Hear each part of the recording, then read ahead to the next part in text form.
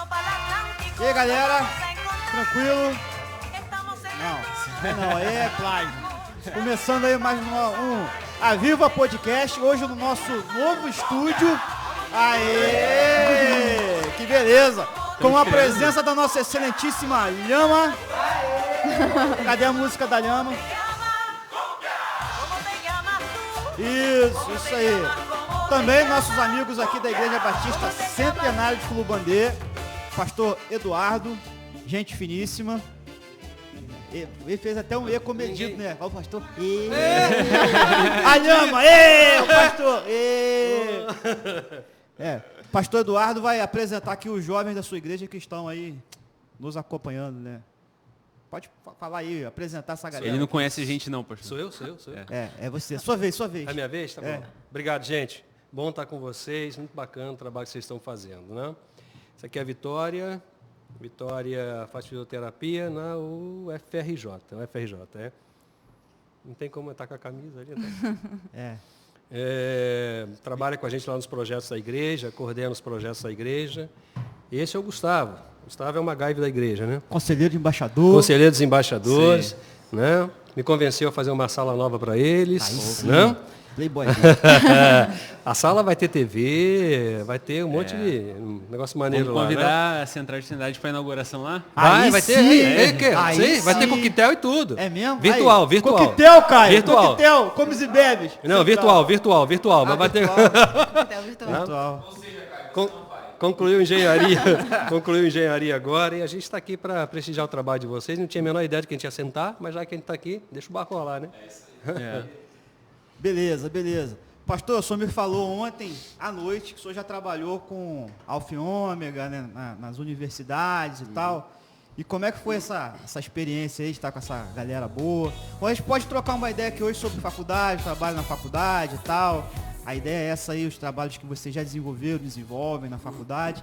Tem a Lilian aqui. Esqueci de falar isso. Nos trabalhos técnicos, Guilherme Decoté. Nosso indiano da China, Júlio Fernando. Para embelezar o ambiente, Lília Decoté. E para fazer o contraponto da beleza, Caio Couto. Isso aí.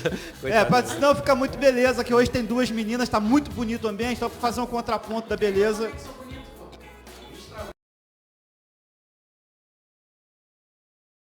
Tem aí o colar. É o estilo, pô. É o estilo. E aí, pastor? O que é isso aí? É a musiquinha aqui, ambiente. Ah, tem isso também? Tem, ué. Caraca. Aqui o negócio é completo. Então, o que você perguntou mesmo? Sobre o Alfa e Ômega lá, aquele tempo. Não, na verdade, o Alfa e Ômega é meio que um adendo, né? Cara, é o seguinte. Eu fui aluno do Liceu Nilo Peçanha, uma das escolas mais tradicionais de Niterói. Deixa eu puxar esse negócio pra cá que eu não consigo entender esse negócio não. Eu tô com o pescoço doído aqui, tentando fazer isso. Pode chegar mais perto, pastor. Pode mais puxar, perto? pode. Então tá bom. Aqui Se o microfone começou a cair aqui. Se quebrar, a gente vai lá no Fulubandê e pega. E aí, naquela época ainda tinha... Não? Lá não tem isso não. Tem isso não, cara. Faz isso não. Naquela época, na década de 90, mais ou menos aproximadamente, né? Eu conheci um movimento no Brasil chamado Aliança Bíblica Universitária do Brasil. Era um movimento pioneiro. O pastor Robson Cavalcante, já falecido, né, foi que trouxe esse projeto dos Estados Unidos para cá. Existe hoje, no Canadá, uma sede mundial de missionários que trabalham em universidades, que é a IFES. Tá? Só me pede para falar o que é a sigla não, que eu não tenho a menor ideia. International Facultation. Dá uma parecida com esse negócio aí. Né? A sede você entendeu. A sede é no Canadá. E a Aliança Bíblica Universitária do Brasil fazia parte desse movimento que é a IFES, né? Que é o movimento mundial. A Aliança Bíblica Universitária do Brasil, quando o Robson Cavalcante trouxe para cá, você lembra do Robson? Você chegou... Lembra assim de nome, né? Que a gente chegou a conversar no seminário, né? Ele tem 3 segmentos. Secundaristas, universitários e profissionais. Em cada segmento desse tem um grupo de missionários, né? E eu conheci a Aliança Bíblica Secundarista no Liceu Nilo Peçanha. Eu conheci no Walter Orlandini. Walter Orlandini, né? E aí eu comecei a liderar, né? Comecei a me envolver e liderei um grupo no liceu de quase 100 alunos. Eu perdi um ano propositalmente para continuar no liceu. para continuar no movimento. Né? Naquele tempo eram 3 anos o segundo grau, né?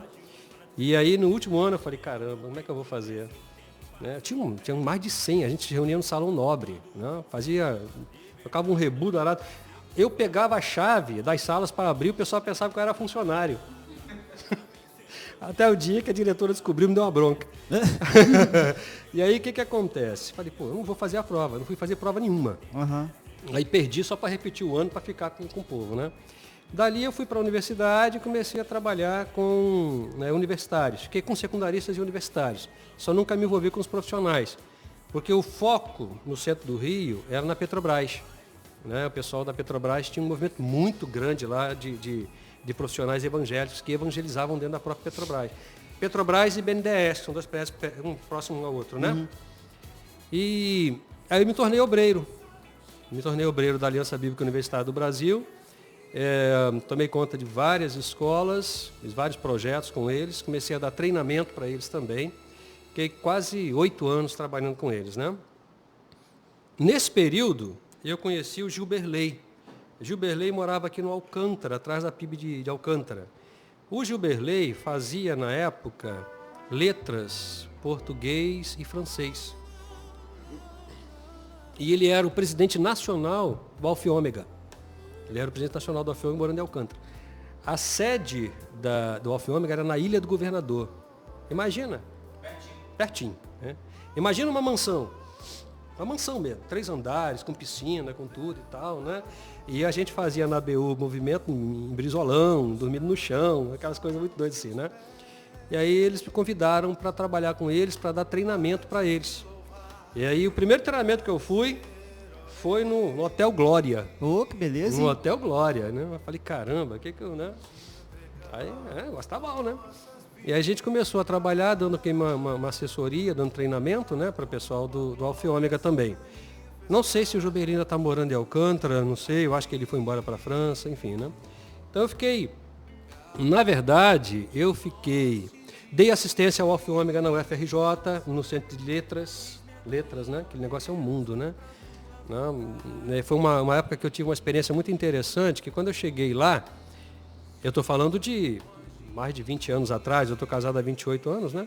Quando eu cheguei lá primeiro dia que eu cheguei no Centro de Línguas da UFRJ, para trabalhar com o pessoal, eu descobri que, não sei se ainda é assim, não sei se Vitória tem acesso a isso lá, mas eu descobri que o idioma mais procurado pelos jovens no Rio, na UFRJ, era árabe. É mesmo? É árabe. Aí eu perguntei por quê. Foi quando eu descobri que dentro da universidade tinha um movimento muito grande pela evangelização islâmica. Ah, tá. Muitos jovens já estavam a caráter e tal, né? Moças vestindo burca dentro da universidade. Né? E no BNDES também. Isso na década de 90? 90, aproximadamente, né? No BNDES também. Eu não sei como é que está isso agora. Mas no Centro de Línguas, assim, para cada um que escolhia inglês, ou espanhol, ou francês, enfim, ou alemão, né, 6, 7 escolhiam árabe. Para ler o Alcorão. Ler o Alcorão em árabe, porque tem em português, né? Em árabe, né? E se convertiam, né, ao islamismo. Foi quando a gente começou a intensificar o trabalho dentro da UFRJ. Aí depois eu fui caminhando, né? Eu fiquei com o ABU e ajudando o Alfa e Ômega aproximadamente uns 13, 14 anos, mais ou menos. Legal. E para o senhor, assim, qual é a relevância? Quer dizer, o trabalho evangelístico sempre é relevante, né? Mas quando a gente pensa em faculdade, a gente pensa muito em influências mundanas, aquela questão que a gente estava conversando, de balada, de não sei o que e tal. O trabalho, aí também vocês podem falar, Lilian também, né? O trabalho evangelístico dentro da faculdade, ele é relevante, ele consegue avançar e tem uma relevância assim no campus, ele aparece de alguma forma ou fica meio escondidinho, 2 ou 3 ali, reunidos em meu nome? Como é que é essa parada aí? Deixa eu só falar uma coisa antes deles falarem. Você falou aí da relevância do trabalho na universidade, falou de movimentos e tal. Isso. Eu, na verdade, assim, eu continuo estudando, tá? Acabei uma pós ano passado, mas continuo estudando. Então, eu estou sempre dentro desse ambiente de universidade. A universidade hoje, ela não é a mesma da década de 90, década de 80. Eu estou falando do regime militar. Uhum. Eu participei de movimento estudantil em Niterói e tanto o pessoal de segundo grau, que hoje é ensino médio, quanto de universidade, né, você está saindo do movimento hippie da década de 60, passando por uma série de... Caraca, calma aí. Uma série de movimentos políticos, regime militar, que está definhando, briga para lá, briga para cá, né, fora cola, aquela doideira toda, né? Então, dentro das universidades, a gente tinha realmente uma ingerência muito grande de movimentos estudantis centrados na política e na sexualidade livre, que é a herança, né, do movimento hippie, né? Então, assim, você via nego... Na época não tinha crack, né? Uhum. A droga da época, top de linha, era LSD, heroína e cocaína, né? E a rapaziada geral consumindo lá, geral. Então, naquela época, assim, o movimento estudantil evangélico, né, tinha realmente uma incidência muito grande, como tem até hoje, né? Só que assim, a universidade mudou muito, né? Mudou bastante, não? Os próprios alunos fechavam a universidade, quebravam tudo, vários movimentos, né? E era comum você ver gente transando nos corredores, né? Cheirando cocaína, tomando LSD, que era um comprimidozinho, né? Uhum. Muito bonitinho, inclusive, né? Tomei não, tá, gente? Pelo amor de eu Deus. não sei não. Tomei não. Essa experiência aí. Tomei não. Tomei não. Tá vendo demais. Já tive na mão várias vezes, né? Mas aí chegou, as coisas, né, mudam bastante, né? Chegou a época deles e eles podem falar agora como é que tá essa questão, né? Isso aí, legal. Panorama histórico. Fala aí. Quem quiser falar, pode falar à vontade. Como a gente estava falando de fora antes, né? Desde que eu entrei na faculdade, na UERJ, eu nunca me envolvi muito com esses grupos, nunca vi. E nem tinha conhecimento. Fui saber que existia agora há pouco tempo. Voltando um pouquinho antes, no meu ensino médio, estudei na FATEC, lá sim tinha um movimento que eu participava, a gente sempre estava fazendo as nossas reuniões lá na hora do almoço, do recreio, né? E era muito importante porque a gente conseguia ali chegar em pessoas e mostrar esse ambiente de culto, digamos assim, que as pessoas não participavam. E era bem legal. Mas quando eu entrei na universidade, eu não entrei em nenhum grupo desse tipo, mas eu acho que um outro ponto que é importante é que eu estava sempre no meio de pessoas que não tinham a mesma fé que eu. E no dia a dia, eu acho que a gente conseguia passar e mostrar alguma coisa ali com a vivência mesmo. Mais do que só um grupo reunido de forma destacada, eu acho que estar ali no meio e mostrar que como que é um dia a dia de um cristão, é normal como qualquer outro, mas com algumas diferenças, isso era muito importante, né? Claro, acho que esses grupos têm um papel bem fundamental e bem legal dentro das universidades, eles fazem um trabalho muito bom. O pessoal que participa, que eu conheço, eles falam muito bem, é um grupo que traz bastante resultado, mas eu acho que é muito importante também esse outro ponto, da gente estar no meio ali do pessoal e mostrar, e não ficar só, passar aquela imagem de estar num grupo destacado. Então, acho que, olhando para trás, para esse tempo que eu fiquei na universidade, eu acho que eu fui mais por essa linha, né? Acabei indo ali, nada planejado, mas a minha trajetória ali acabou seguindo por esse caminho. Eu estava sempre no meio da galera, que em geral não era cristã. E eu acho que eu conseguia passar um pouco, às vezes a gente tinha conversas sobre isso com os meus amigos mais próximos. Então, a minha experiência é mais ou menos essa, assim, não foi de um grupo exatamente, mas eu estando no meio de pessoas que não tinham a mesma fé que eu. Isso às vezes era um desafio, né? Porque você pensa diferente, tem pessoas que divergem em diversos assuntos, né? Como por exemplo, a própria existência de Deus era algo que a gente costumava debater às vezes e de certa forma às vezes é difícil, né? A gente tem que estar sempre preparado, sempre estudando e lendo para conseguir provar ali a nossa fé. Então acho que foi importante esse meu momento lá e eu acho que é legal quando você também está no meio de uma galera que não tem contato nenhum, entendeu? Acho que mais ou menos assim. Acho que é tão relevante quanto, né? Uhum. Porque a gente pensa muito na reunião, né? Como cristãos, assim, o Eric até que fala bastante nisso, né? Que a gente pensa muito na reunião, mas até o movimento hoje de igreja multiplicadora tem muito desse lance, né? De evangelismo discipular. Então Eu acho que é mais ou menos por aí. Fala, Vitória. Eu concordo muito com o que o Gustavo falou. Eu acho que é realmente isso. A verdade, né, uma verdade muito grande, é que Jesus está presente, independente se a pessoa está reunida com um grupo específico ou se você está ali sozinho, né, digamos assim, com o intuito de falar dele. E mesmo que as pessoas não admitam, Jesus ele é relevante e ele vai estar agindo de alguma forma. Isso para mim é muito claro, até porque muitas vezes as pessoas não tinham noção do que a gente estava fazendo ou não tinham noção que a nossa vida em si ela gira em torno de Cristo. E aí a gente realmente vive uma vida normal, nós não somos ETs, né? E aí depois quando a pessoa se depara, nossa, realmente você é diferente. Aí você vai falar, eu sou da igreja, né? Eu sigo a Cristo. E é isso, Jesus ele faz a diferença, independente se as pessoas estão concordando com aquilo ou admitindo que ele está ali presente ou não. E isso se faz verdade, né? Não só em grupos, mas também nessa realidade do dia a dia e tudo mais. Eu tive algumas experiências lá na faculdade, né? Eu ainda estou na graduação. Mas eu já me envolvi com alguns movimentos desse tipo. Eu nunca me envolvi com a CRU, eu estava até conversando com o Eric, né, que é daqui na semana passada, quando nós estivemos aqui, né, na sexta-feira. Ele até me passou um contato de uma pessoa da CRU, da UFRJ e tudo mais. Mas eu tinha contato com uma organização chamada Conexão Jovem, era alguma coisa desse tipo.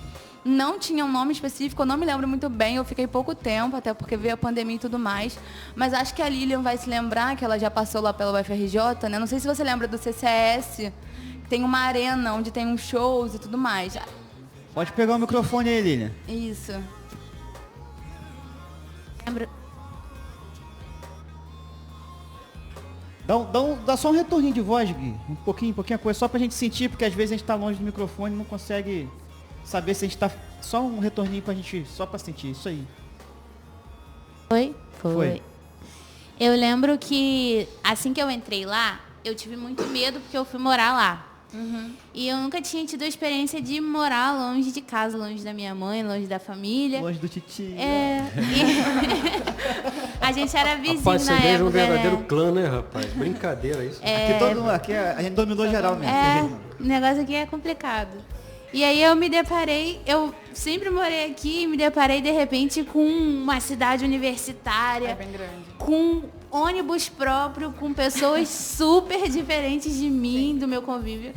E aí quando eu entrei lá, a minha turma, né, eu entrei em terapia ocupacional. E terapia ocupacional é um curso extremamente de humanas e questão de saúde mental, essa coisa toda. E aí eu fui olhando e as pessoas que estavam perto de mim eram sempre pessoas muito diferentes. Eu lembro que na minha turma, que não era muito grande, eu e mais outra menina éramos as únicas heterossexuais, se é que eu posso assim dizer. O restante todo mundo não era. E aí cada um lá, né, se identificando da sua devida da forma que acha que é. E aí eu lembro que eu ficava muito sozinha. E aí chegou um dia, eu lembro que a gente estava no bandejão, estava sozinha. E eu vi assim, na frente do bandejão tinha tipo um gramado, né? E eu vi ali uma rodinha de gente com violão cantando. Eu falei, cara, eu conheço essa música. Parecia tipo uma coisa assim do céu. Aí eu, meu Deus, o que é isso? Aí eu olhei, aí vi lá, realmente era esse nome, Conexão Jovem. Era Conexão? Era Conexão Jovem. Legal, hoje eu não sei se ainda é esse. O Espírito Santo foi lá, deu um bizu. Deu um bizuzinho. Chega lá, deu uma de Felipe, né? É, mais ou menos isso. Aí eu lembro que eu fui, assim, só que eu fiquei muito pouco tempo na faculdade, só fiquei aquele semestre. Então, nos dias, quando eu via, eles não tinham um dia certo, nem um local certo de se encontrar. E isso pra mim foi uma coisa complicada.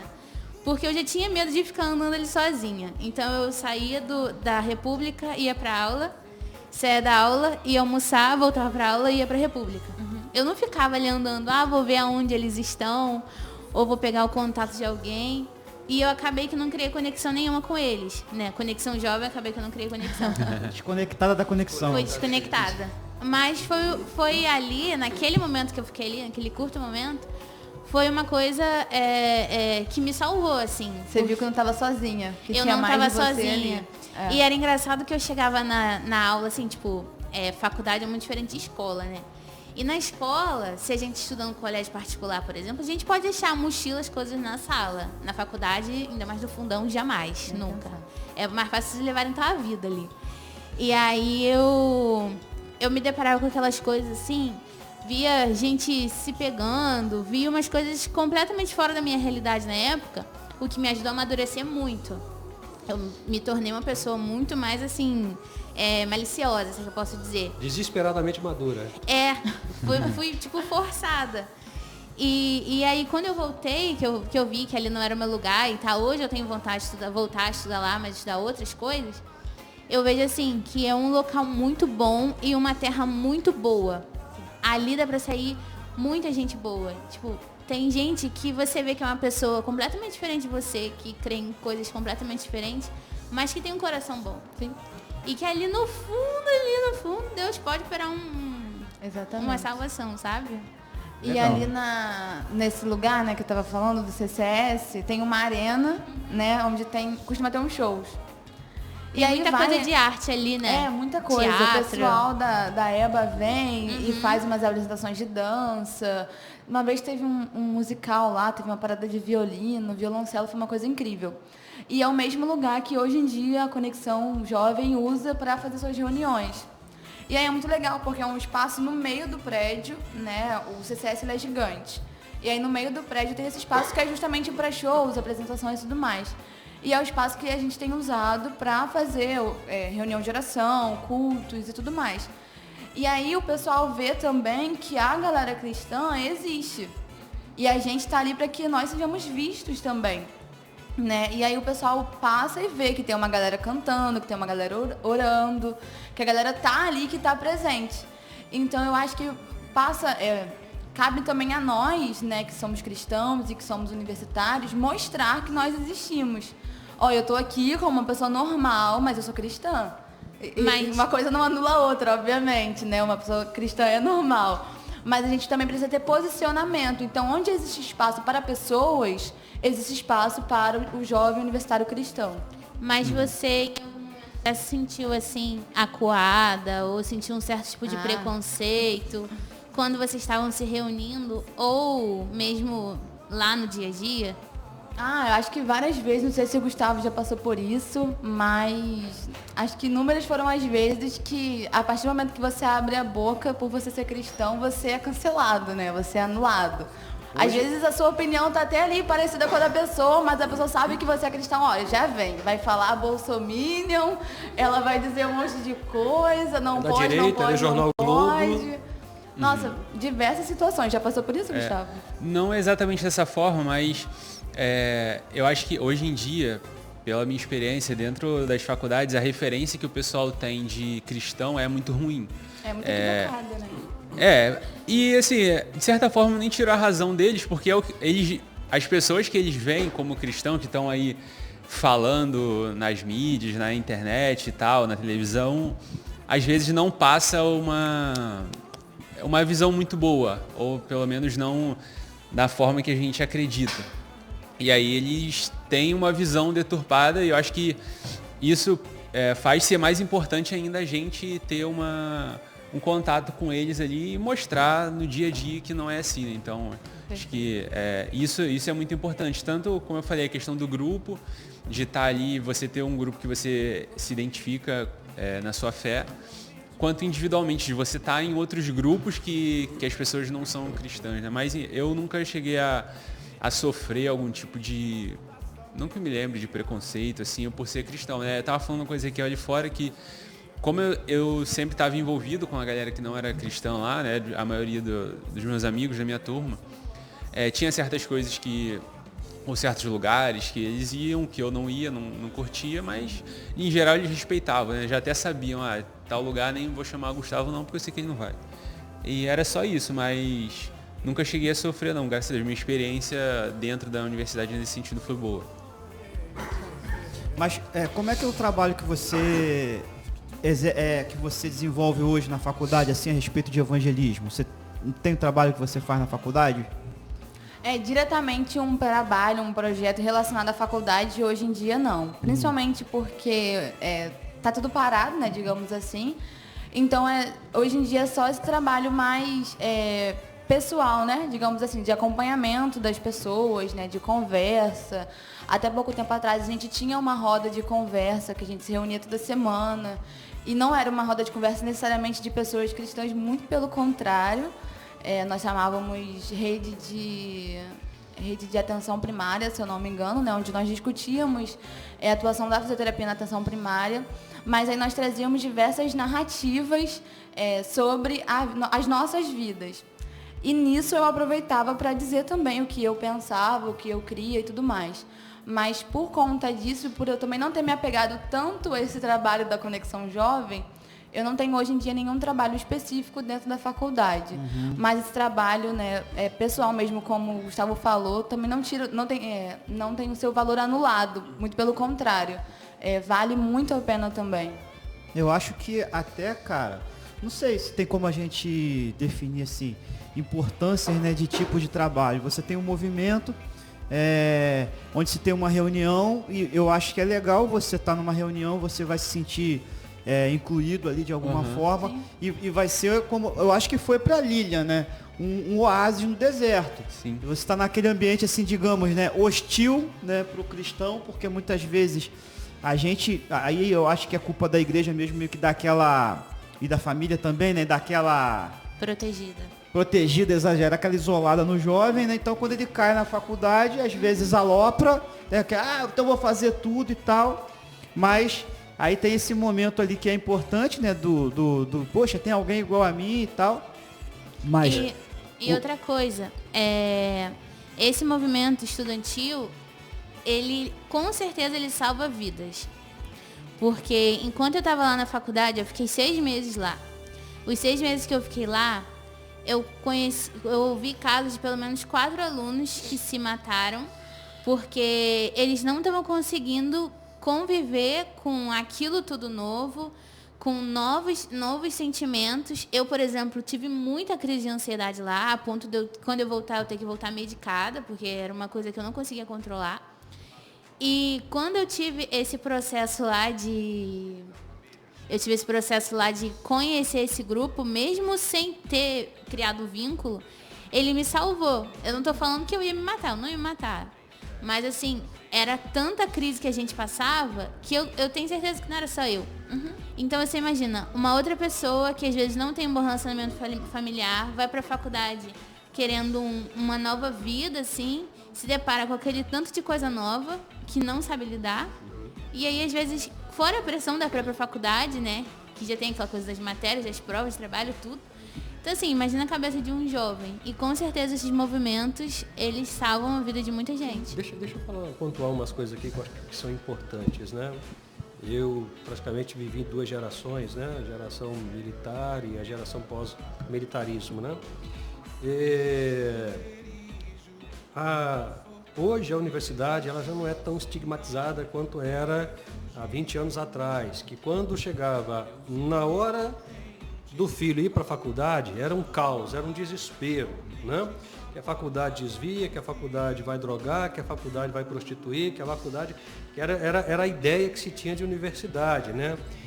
Em função dos movimentos que existiam realmente, e eram movimentos muito intensos mesmo, que era um momento de resistência de um grupo, né, ou de alguns grupos específicos. Então, era muito normal que os pais realmente ficassem muito preocupados, né? Só que acontece o seguinte, assim, a questão da caminhada letiva, durante os anos, ela meio que diminuiu. Na minha época, né, década de 90, 80, 90, você entrava na faculdade com 23, 24 anos. Você está entrando com 17 anos. Isso diminuiu bastante, né? Para você sair, né, do 1º grau, 2º grau, vocês sabem o que é isso, né? Hoje é ensino médio e tal, né? Eu sou o único pedagogo que fica perdido nessas histórias aí, né? Obrigado. Isso é muito gentil. Então, essa proximidade da universidade com a faixa etária, hoje, de certa forma, ajudou a tirar esse estigma de que a universidade é um ambiente promíscuo, né, que vai desviar meu filho da fé. Ainda existe a preocupação, obviamente, porque a gente é muito protecionista. E aí o Ezequiel falou uma coisa muito legal.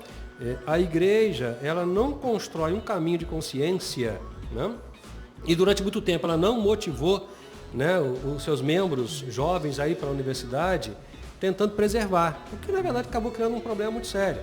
Não? A geração da minha mãe, do meu pai, a minha geração, não vou buscar meu pai e minha mãe, né? A minha geração é uma geração de pouca gente que passou pela universidade. Parou no segundo grau.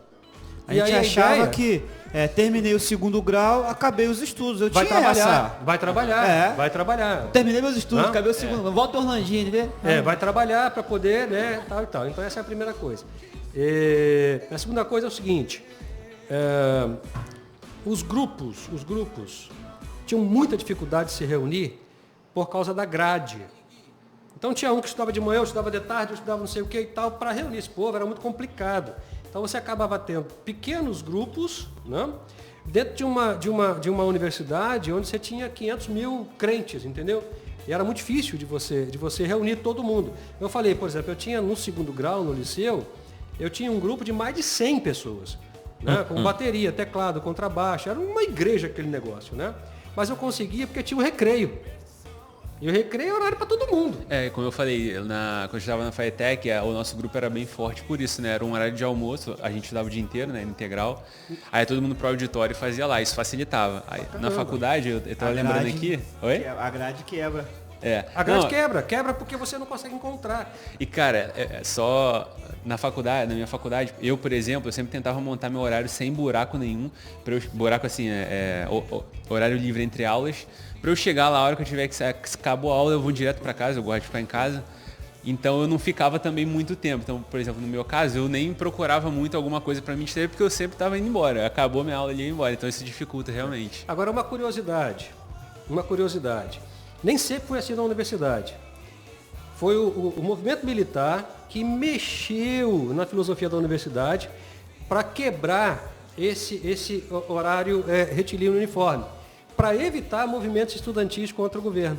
Foi por isso que eles criaram a universidade com um horário quebrado. Entendi. Aqui, entendeu? fala...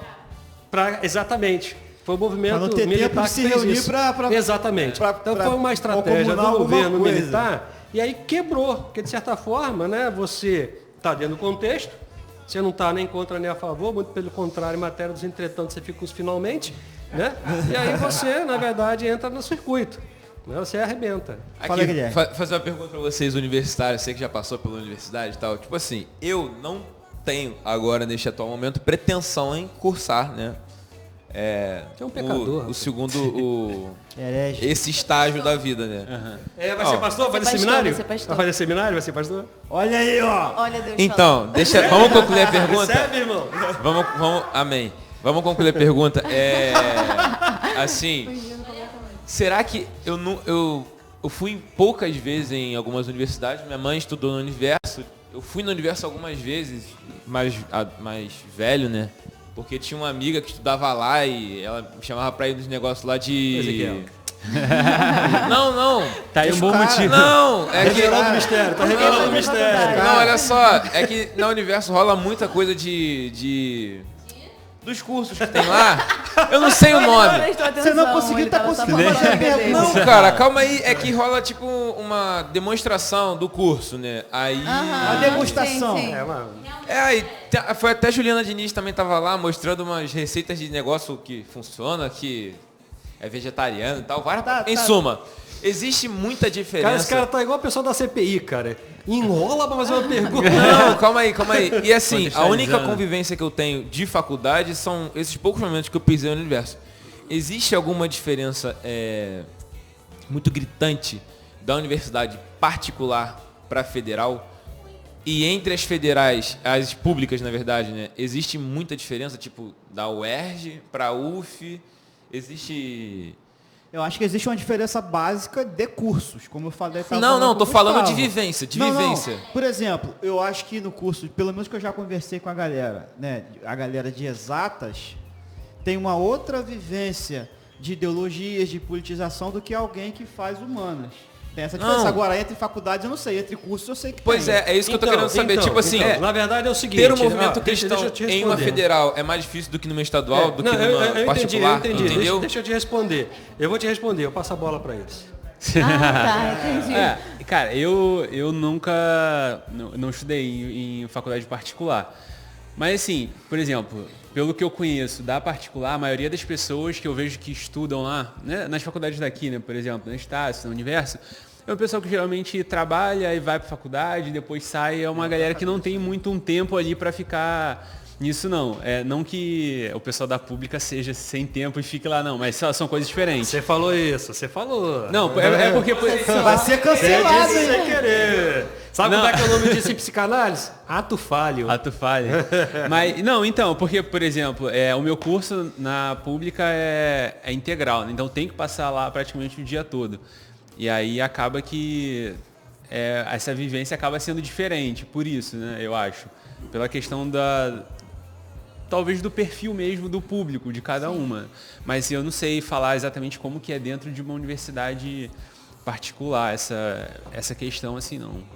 Não sei, ficar te devendo. Assim, Eu, na verdade, experimentei as duas, mas eu vou deixar eles falarem E primeiro, depois da minha opinião. uma coisa legal que o Ezequiel falou é em relação à diferença de cursos, né? Isso rola bastante. Eu fiz engenharia e lá é assim, cara, a gente vê número e beleza, não abre espaço muito para discussão em sala de aula, não. Discussão assim mais filosófica ou alguma coisa que abra... Ninguém discute nem o teorema de... Ninguém discute o teorema de Que curso sem graça. Pitágoras. Não, isso aí... Ninguém discute o teorema de Pitágoras, confabula sobre, né? Então, lá o pessoal tem... Sistema linear, o pessoal lá tem essa... trigonometria. Não, isso aí é a cabeça assim, é muito... uma racionalidade muito objetiva, analítica objetiva. A gente vai estar olhando ali um problema, a gente tem um método para resolver e vai... Tem uma matéria ou outra lá que a gente discute mais, aí a gente entra mais para uma área assim, de economia e tal, mas assim, também não abre espaço nenhum para algum tipo de discussão que tenha um confronto ali de fé, por exemplo. Ao contrário de outros cursos que eu acho que já tem. Eu fico imaginando uma discussão desse pessoal, né, da matemática, da física e tal. Discussão. Não concordo com você.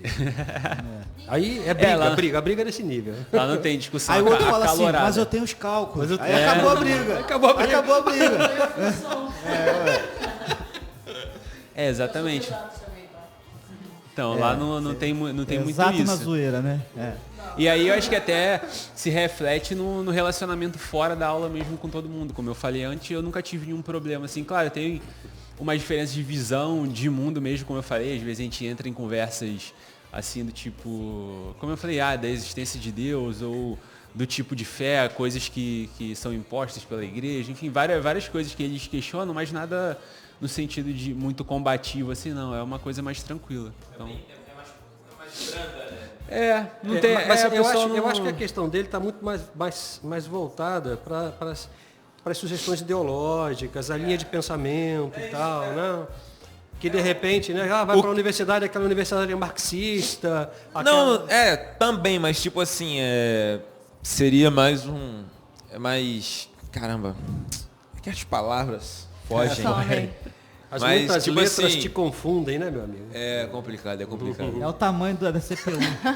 Que a cabeça é muito grande, até o neurônio a conversar informação com o chegar no outro. neurônio no outro, demora. muito distante, É um delay, mas quando funciona legal.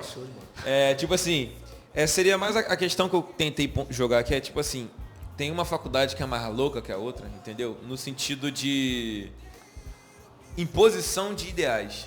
Eu acho que isso vai Joguei pro depender alto, muito. Eleb. Eu acho que isso depende muito. Eu acho que a diferença existe, independentemente. Primeiro porque as pessoas são completamente diferentes de uma universidade para outra. Então aí já tem uma história. E o que o Gustavo falou, eu também não estudei numa universidade particular. Mas eu realmente também tenho essa percepção de que a pessoa que vai para a faculdade particular, né, normalmente as pessoas que estudam em faculdade particular, são as pessoas que realmente já têm um trabalho, e aí vai, completa a carga horária que precisa e volta, faz trabalho, faz estágio e tudo mais. Já na faculdade pública, né, pela percepção que eu tenho, isso difere muito. Inclusive, a percepção que eu tenho do Gustavo, a percepção que eu tenho comparada ao do Gustavo, é completamente diferente.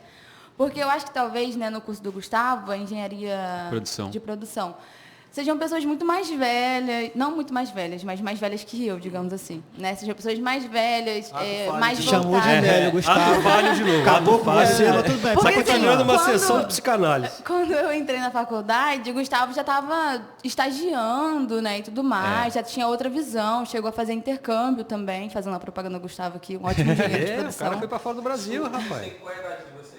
Eu tenho Pô. 20. velho. Ficou na dúvida, hein? Ficou na dúvida. Eu tenho 26. Então tem uma O cara foi diferença fazer muito estágio na grande. Espanha, ficou assistindo futebol. Não, só Certíssimo. um Eu entrei joguinho, no né? Ia meu perder de ver curso. Cristiano Ronaldo jogar.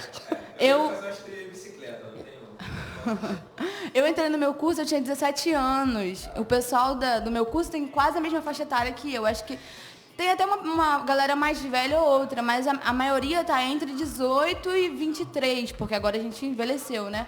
Mas tá entre essa faixa. Então a galera, e tipo assim, é o curso da saúde. A galera, assim, voa. Você tá do nada falando de genética, embriologia, daqui a pouco já estão discutindo se Deus existe ou não, se Deus criou o mundo ou não, se foi ele que criou o Big Bang ou não. E aí começa a falar se Deus ele manda em todas as coisas, como existe o livre-arbítrio, isso existe mesmo. Então a galera voa. Talvez pela idade, talvez pela área do curso, talvez pela abertura que os professores deixam, porque, sinceramente, a faculdade pública, de uma certa forma, é uma bagunça. Porque assim. Não, porque assim, eu concordo muito quando as pessoas dizem que quem faz a universidade, né, a profissão é o aluno.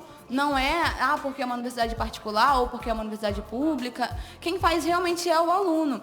E dentro da UFRJ, a Lilian já teve a oportunidade de ir ao Centro de Matemática e Naturezas.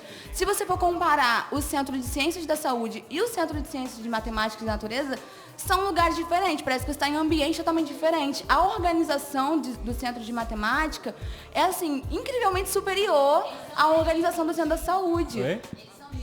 Eles são limpos, exatamente. Um curso da área da curso de saúde. gari?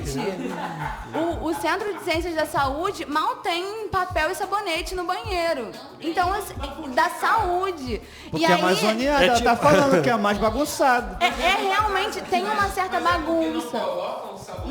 Cara, É porque as pessoas destroem. Isso entendeu? é uma parada, tá. cara. Isso é uma coisa que eu por favor, realmente. isso é uma discussão política. Eu passei quase 6 anos na faculdade e eu também não sei porquê. Eu ia lá na engenharia, era um banheiro ok. Eu ia no direito, que é o 7º andar, é uma parada assim, de outro mundo. Tipo assim, parece que você tá numa parada muito. É outra faculdade, é acima. É outra Aí você vai, faculdade. só mais um aqui vai pra história, já é tudo bagunçado. Aham. Por que a diferença de andar assim? Então deve ser das pessoas faz- que Exatamente. convivem. eu As acho que pessoas sim. Tem uma vivenciam diferença muito aquilo ali. grande Eu acho que sim. entre as pessoas. A conclusão que a entre gente idade. chega é que o curso influencia na higiene. Não é exatamente isso. Mas realmente existe uma diferença de idade, de percepção, de abertura. Tem um professor que entra na sala e ele já é reto e direto. É a aula e ponto, acabou. Tem um professor que entra na sala e ele quer que o pessoal comece a discutir. Então isso também influencia muito. Então eu acho que, de fato, existe uma diferença muito grande entre os cursos, entre as universidades, sendo ela particular ou pública, e não necessariamente está direcionado ao fato de ser particular ou pública, mas sim das pessoas, do curso, do clima ali no momento. Existe, de fato, uma diferença muito Respondendo, grande. então, assim, eu acho que no final das contas, entre as públicas, pelo menos, eu acho que não tem uma grande diferença entre faculdades, mas tem entre cursos mesmo. De repente, a diferença muito para a faculdade particular, aqui no Brasil a gente tem uma realidade assim meio estranha. Porque quem tem condição de pagar a faculdade fez um bom curso e estuda na pública. É. E quem não tem condição de fazer um bom curso acaba indo para particular e tendo que pagar e custear, né, o seu ensino ali. Então aquela pessoa que paga, que dói no bolso, ela vai ter mais responsabilidade Exatamente. Isso está muito envolvido com também. tudo. E outra Exatamente. Pois é. Agora, trazendo uma questão assim, envolvendo um pouco o que o pastor falou lá da faculdade dele,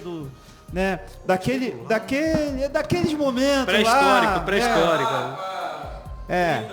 Nos idos de Adão. Nos idos de Adão. Aí você tem uma influência do movimento hippie, daquela questão de paz e amor, liberação sexual e tal, papapá.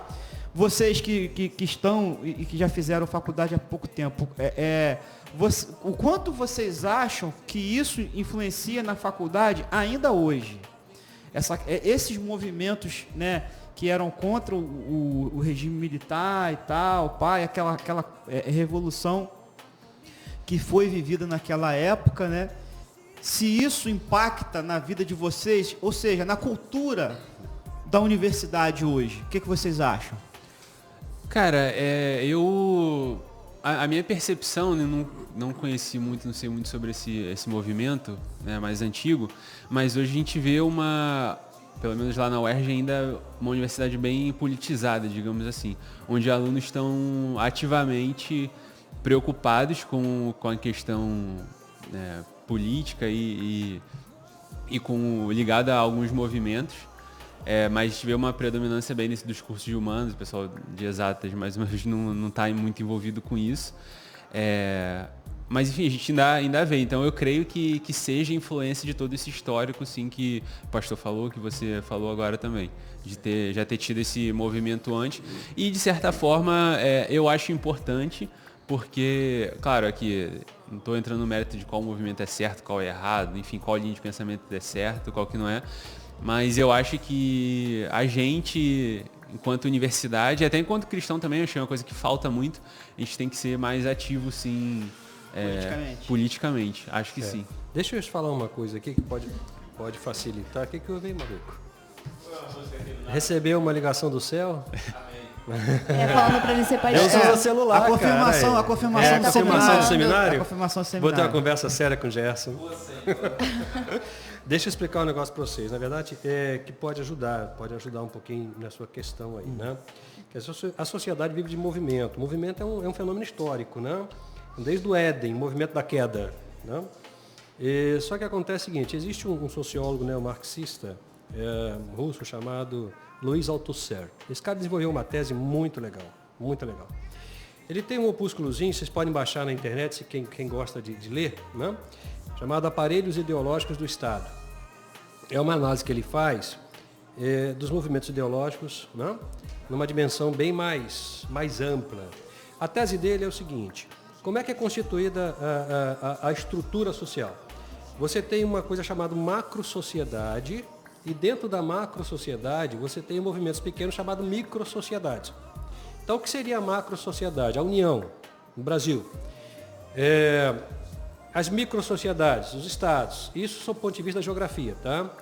Sob o ponto de vista das sociedades, dos movimentos políticos, você tem, por exemplo, associação de moradores, você tem igreja. Quando ele fez a tese, na verdade, ele estava trabalhando mais pensando na igreja católica, que era uma igreja mais politizada, a CNBB, e todo esse movimento aí que a gente conhece bem, né? O que ele fala? Ele fala o seguinte, as micro-sociedades tendem a refletir o comportamento ideológico das macro-sociedades. Significa dizer o seguinte, se esse movimento aqui, a universidade, que é uma micro-sociedade, está tendo esse comportamento ideológico, é porque alguma coisa maior está influenciando ela. Está influenciando ela. Só que o que acontece com o movimento? O movimento, ele é uma estrutura de época. Ele é forte durante um período, né? E depois entra outro, só que sim, a remanescência se perpetua. Um movimento, ele acaba historicamente, mas ele se perpetua em outro movimento. Ele vai entrando no outro e vai sofrendo uma mutação. Então, mas isso é influência? Um movimento influenciando o outro. Quando você fala em influência, na verdade, você não tem movimentos soltos, não existe estrutura livre, né? A família, por exemplo, sob o ponto de vista do Louis Althusser, né? Eu concordo bem com ele. A família, por exemplo, né? Por que a família, na década de 60, 70, tinha esse movimento superprotecionista? Não? Porque você tinha um movimento muito maior que promovia o medo, que era um movimento político, militar e etc. e tal. Então, o que acontece com as universidades hoje? Esses movimentos pontuais que o Gustavo falou, a Vitória eventualmente pode falar, que você citou e tal, eles são, na verdade, movimentos hoje com uma herança passada, que é a herança da influência, né? Do comportamento, da ideologia, digamos assim, né? Então, o que acontece hoje com a universidade, seja ela qual for, tá? Eu passei pela pública e pela particular, não? Você tem hoje dentro da herança, não importa se é na universidade como um todo, se é nos cursos e tal, não? Mas na verdade é um complexo muito maior, tá? Muito maior. Mas o que você tem são heranças de influências comportamentais e ideológicas que vão passando de geração para geração. É claro que hoje a universidade ela constrói também o seu estilo, mas nenhum estilo está isento de influência, não? Você tem uma herança. Então o Gustavo, por exemplo, a Vitória, como é que é o nome da menina? Lilian. A Lilian, e vocês que estão entrando na universidade agora, não conseguem fazer essa leitura, porque vocês, para fazer essa leitura, ou você tem que mergulhar na história do movimento universitário, ou ter vivido. Aí você consegue perceber de onde vem a coisa. Para eles, pegando daqui para lá. Pegando daqui para lá, vai tocando o barco, vão percebendo algumas coisas e tal. Até entendeu? uma coisa que você falou sobre a questão da grade de horário, que foi... Não é só a questão da grade, eles não. vivem hoje uma coisa que foi instituída lá atrás. Não é só a questão da Eu grade, nem não. sabia E também sem daquela saber- questão. O movimento militar, ele não só mexeu nessa dinâmica de grade, ele mexeu no conteúdo curricular. Você vê que até a época do Fernando Henrique, estava uma briga danada, bota sociologia, não bota sociologia, bota filosofia, não bota filosofia, no ensino médio. No ensino médio, uma brigaiada danada. Por quê? Porque qual era a cabeça do movimento militar? Tecnologia. É estudo técnico. Tem que formar técnico, que o Brasil precisa de técnico. Não? Precisa de técnico. Tanto que... Entendeu? Para poder fazer obra, etc. e tal. Até a Transamazônica, Por fazer o isso que Brasil tem o acontecer, IME aí, para né? vender a imagem Oi? para os Estados Por Unidos. isso que tem o IME aí hoje, né? O Aham. militar e É, tal. uma das melhores. Das universidades. melhores. Pois é. Né? A Escola Técnica, Qual? a Escola Técnica Federal de Química lá no Rio e outras mais, top de linha e tal. Cefet. Então, mexeu também no currículo. Não só mexeu na estrutura de grade, mas mexeu no conteúdo curricular. Então você ia para a universidade, acredito que estava abafando, mas você estava estudando aquilo que a política queria que você estudasse. Sim. Entendeu? Porque você Oi, Gerson, tudo bem, querido? E aí? Tranquilo? Só pro cafezinho, né? Brincadeira, né? Entendeu? Então, por exemplo, eles que entraram agora na universidade, talvez eles não consigam fazer essa leitura porque não viveram, por exemplo, Sim. que eu vivi, o que o Gerson viveu. Ou vai ter que fazer uma abordagem histórica dessa dinâmica universitária. Por isso é que eles talvez não consigam responder com a mesma tranquilidade que eu e você, né, que já somos abraâmicos, né, conseguimos responder. Aí, Zeke. Me jogou 10 anos mais velho, mas tudo bem. Mas sobre um ponto legal que você falou, que eu sentia falta na universidade de engenharia, era que a gente sim tem um conteúdo muito, muito técnico mesmo. E eu acho que às vezes falta um pouco a gente ter algumas coisas de maior reflexão. Porque... Mas não se preocupa não, o quantum explica Deus, tá? O quê? O quantum explica Deus. É, Pessoal da mas- química e da física.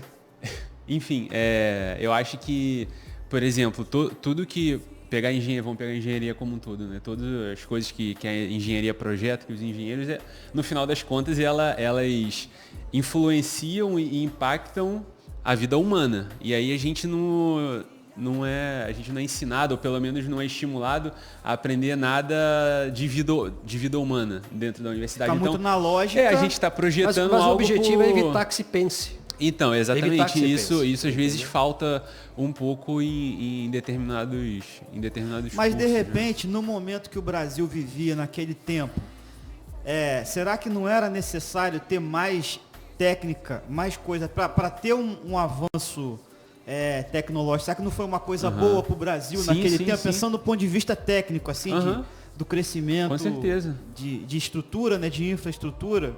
Sei, a Sim, Transamazônica está aí até hoje, ninguém acabou com ela, né?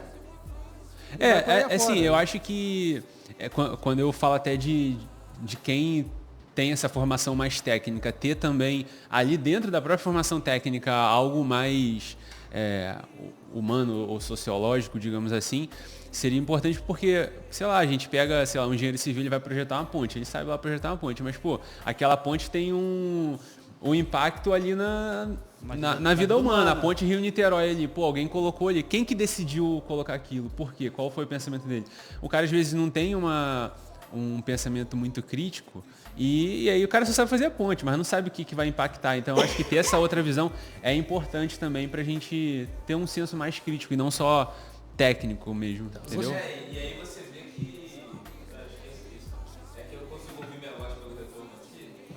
Cara Nem bom, ligo. hein?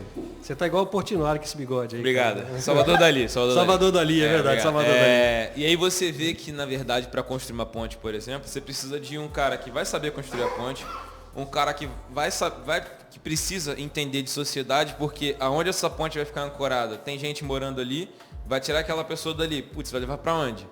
Quem é aquela pessoa? Putz, vai tirar uma pessoa de... vai tirar uma pessoa de... que tá morando ali. Qual é a sociedade? Qual é a classe daquela pessoa ali? Vai tirar uma pessoa de classe A dali para morar num... E aí vem aquele estudo todo e tal, não sei o quê. Então, tipo, não é só um engenheiro que é importante para fazer uma ponte. Tem um montão de coisa para fazer a ponte. Também é, né? O sociólogo também é. Então, importante. entendeu? Sabe? Sim. Então, o que... Não era só isso, sabe? É o que eu já ouvi um professor meu falar isso na faculdade, que aqui você pergunta, a ponte Rio-Niterói, por exemplo, é uma obra de qual segmento, de qual área de estudo? O pessoal fala exatas, né? Porque é para construir uma ponte. Mas ele fala que não, cara, que não tem coisa mais humana do que aquela ponte ali, que muda totalmente a dinâmica social daquela galera que tinha que dar a volta lá em Magé para chegar no Rio. Você imagina que se não tivesse... Foi de barca, né? Você imagina que se não tivesse Então- ponte, a maioria da galera que trabalha no Rio não trabalharia. Exatamente, então muda tudo. Por isso que eu acabei... São Gonçalo não tocando seria uma cidade ponto. Agora, deixa eu dormitório. falar uma coisa em cima do que Ezequiel perguntou para eles, que eu acho que é interessante. Vocês já viram falar numa coisa chamada impostômetro? Não. Vocês sabem que em São Paulo existe um computador, né, que contabiliza todos os impostos do Brasil. Está em trilhões. Tal, né? Então, o Brasil é um dos países, se não for o maior, com a maior carga tributária do mundo. O que acontece com o seu filho que vai nascer? Ele já vai nascer devendo. Então, quando o Ezequiel pergunta assim, mas será que essa questão tecnológica e tal, a nossa dívida interna e externa, porque o nosso PIB não paga, tá? Não paga o que a gente está devendo, né? É monstruosa. É monstruosa. Isso em função até da nossa colonização. Não dá nem para imaginar. Não dá para imaginar. Não dá para imaginar. Você O vende o tanto de Brasil e dinheiro ainda que a gente continua. deve. Você vende o Brasil e ainda continua devendo. Então, qual é a filosofia? A filosofia é formar técnico para vender mão de obra. Karl Marx, né? É vender mão de obra, principalmente para os Estados Unidos e outros países da Europa que a gente está devendo. Então, toda aquela proposta de construção de grade curricular, de conteúdo voltado para a tecnologia, estava centrado justamente no movimento de evitar a reflexão, porque a reflexão na cabeça do regime militar para o país cria problema, né? E para criar trabalhadores com mão de obra qualificada para produzir e pagar a dívida. Agora, uma Então pergunta. você tem uma ideologia por trás, você tem um objetivo por trás. Por isso a briga, não tem filosofia. Porque o que acontece, né? Com esse povo do pensar, não? Eles eram considerados vagabundos. Eles eram considerados vagabundos. E hoje a gente vê um pouco esse movimento em a tentativa de um movimento parecido dentro das universidades, pelo que algumas notícias que eu já tinha visto há um tempo atrás, né, de corte de investimento para ciências humanas. Pessoal, vamos só em ciência aplicada, só em ciência técnica. Exatamente. Humana não, porque não está produzindo nada. Enfim, é até meio lamentável, né? Como é que você ganha dinheiro pensando, cara? Você não ganha dinheiro Mas, pensando. o senhor falou aí que a gente tem uma dívida. Pode me chamar de você. Desculpa, então. Perdão, não sabia. Perdão, não sabia? Espanhol tá afiado. Já viu esse vídeo? Perdão, não sabia? Já viu? Não. Já viu esse vídeo? Perdão, não sabia. Pô, depois perdão, não sabia. É um vídeo de 15 segundos. Ele estudou, ele fez estado no Che Guevara ali, Maria. Aqui, olha só. Pelo amor, ô senhor, tá repreendido, pai. Não permita. A pergunta. Por que a gente deve tanto assim? Desculpa, mudei o... Caraca, o jogo mudei o assunto. Mas, cara, o que a gente comprou, mano? É pra dever... A gente não comprou nada, Fez roubaram a crediário. gente. Então, cara... Roubaram a gente, Sempre roubaram a fomos gente. roubados. Cara, Cara, por que a gente deve... Eu não lembro assim, cara. O que Assim, aconteceu no meio da história? tipo Não, assim... não foi no meio, foi no início. Foi no início. Foi no início. Cara, o Brasil sempre foi assim... Eles contabilizam hoje o bagulho do início. Isso é fácil. Cara, Isso é o que fácil. é porque Você já assim, está devendo e não sabe. a gente deve trilhões. Cara, uma vez eu pesquisei assim que fulano de tal roubou nos 242 mil e não sei quantos milhões. A nossa eu não dívida... sei nem imaginar quanto dinheiro é milhões assim, imagina trilhões, meu irmão. Cara, em nota de 100, imagina nota de 200, eu não consigo imaginar quanto é 1000. Aquele meme da Nazaré agora. Cara, eu fico... O meme da Nazaré. A pergunta é, cara, como que a gente conseguiu dever tanto, trilhões? O que a gente deixou de fazer para dever? Na verdade, assim...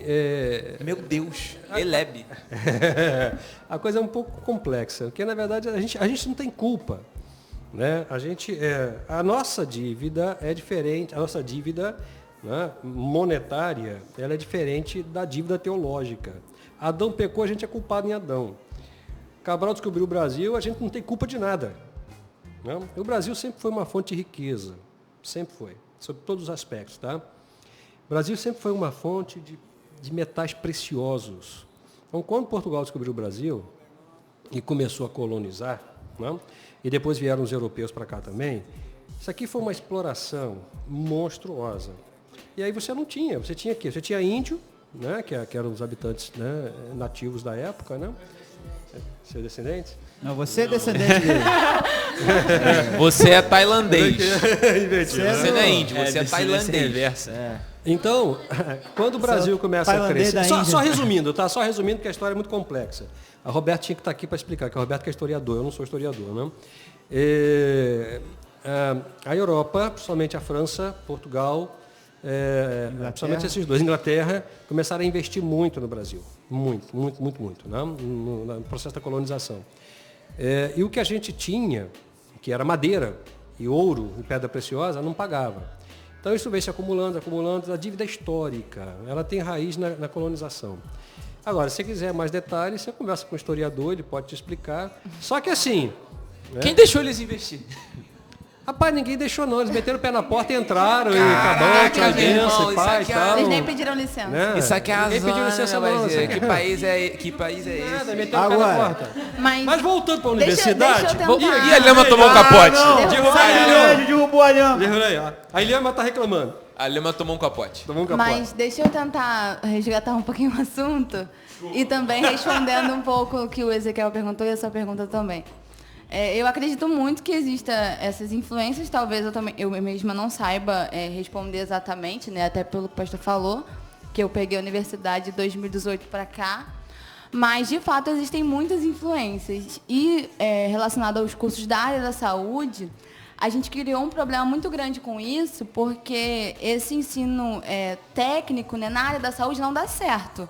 Porque por mais que você ensine para um médico cirurgião, enfim, que o coração ele fica do lado esquerdo do corpo, e aí na hora dele abrir o paciente, ele vê que o coração da pessoa está virado para o lado direito, isso já mudou completamente a vida, o procedimento daquela cirurgia e tudo mais.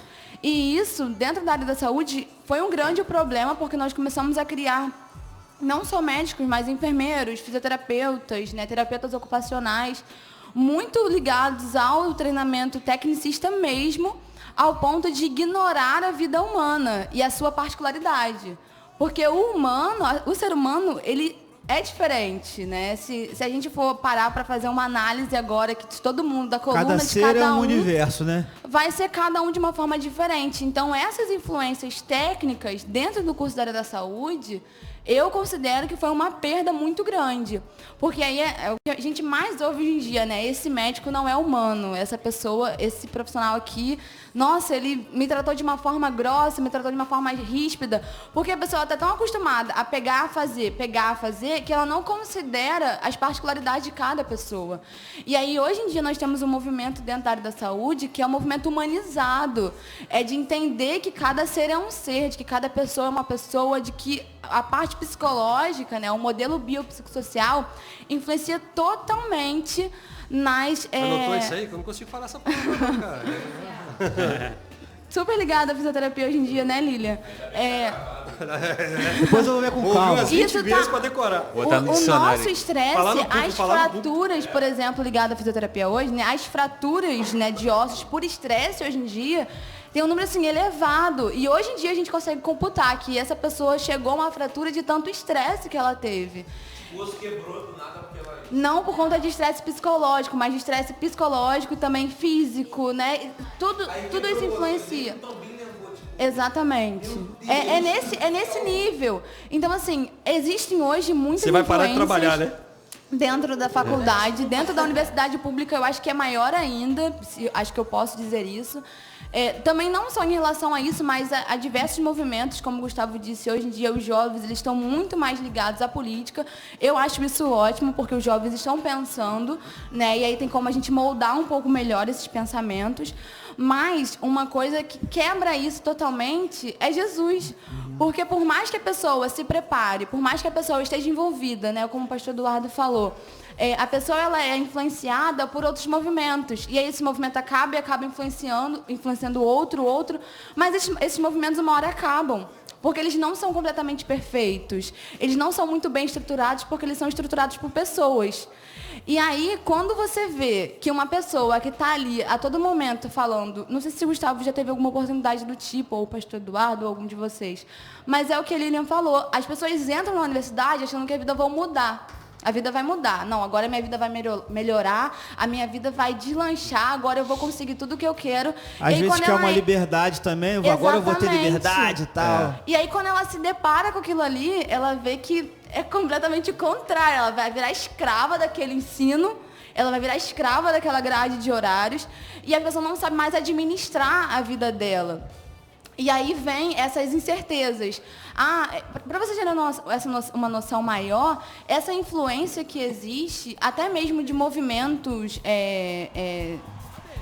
sei lá a definição correta, mas de movimentos relacionados, né, à sexualidade, é uma coisa que não tem estrutura, porque uma pessoa, uma hora ela acha que ela é uma coisa, outra hora ela acha que ela é outra coisa, ela vive num mar de incertezas. Desconstrói o ser humano. Exatamente. E aí, quando chega num certo momento, se você está acompanhando essa pessoa, se você tem um relacionamento com essa pessoa, você vai ver ela quebrada, você vai ver ela cheia de dúvida. É aí que você entra e mostra Jesus. Aí a pessoa vai descobrir aonde tem uma verdadeira... uma coisa assim mais estruturada, uma coisa assim formada de verdade. Então existe sim influência de diversos movimentos, eu acho que isso não dá para contar. Tem festa na faculdade quase todo dia. Na UF, se você for ali na Cantareira, né, agora conhecida como Quintareira, tem festa toda quinta. Na UFRJ tem festa nos mais diversos prédios. Então, assim, você vai encontrar influências de diversas coisas, mas todas essas coisas estão baseadas em coisas que não têm uma estrutura fixa, coisas que não são bem estruturadas. Entendi. E aí, quando você tem um acompanhamento disso, quando você lida com essas pessoas e conversa e começa a criar intimidade, você consegue ver que, nossa, essa pessoa precisa de ajuda, e você consegue intervir e mostrar. Eu tenho alguma coisa aqui, ó, que vai te dar noção na vida, que vai te dar sentido. E aí você entra com Jesus. Legal. Vai pro seminário ano que vem. Agora, eu queria fazer um caminho contrário, porque assim, eu queria falar sobre a visão da faculdade particular. Na particular, tá perdoado. Na particular, a gente tem pouquíssimas matérias relacionadas à interação humana, na particular.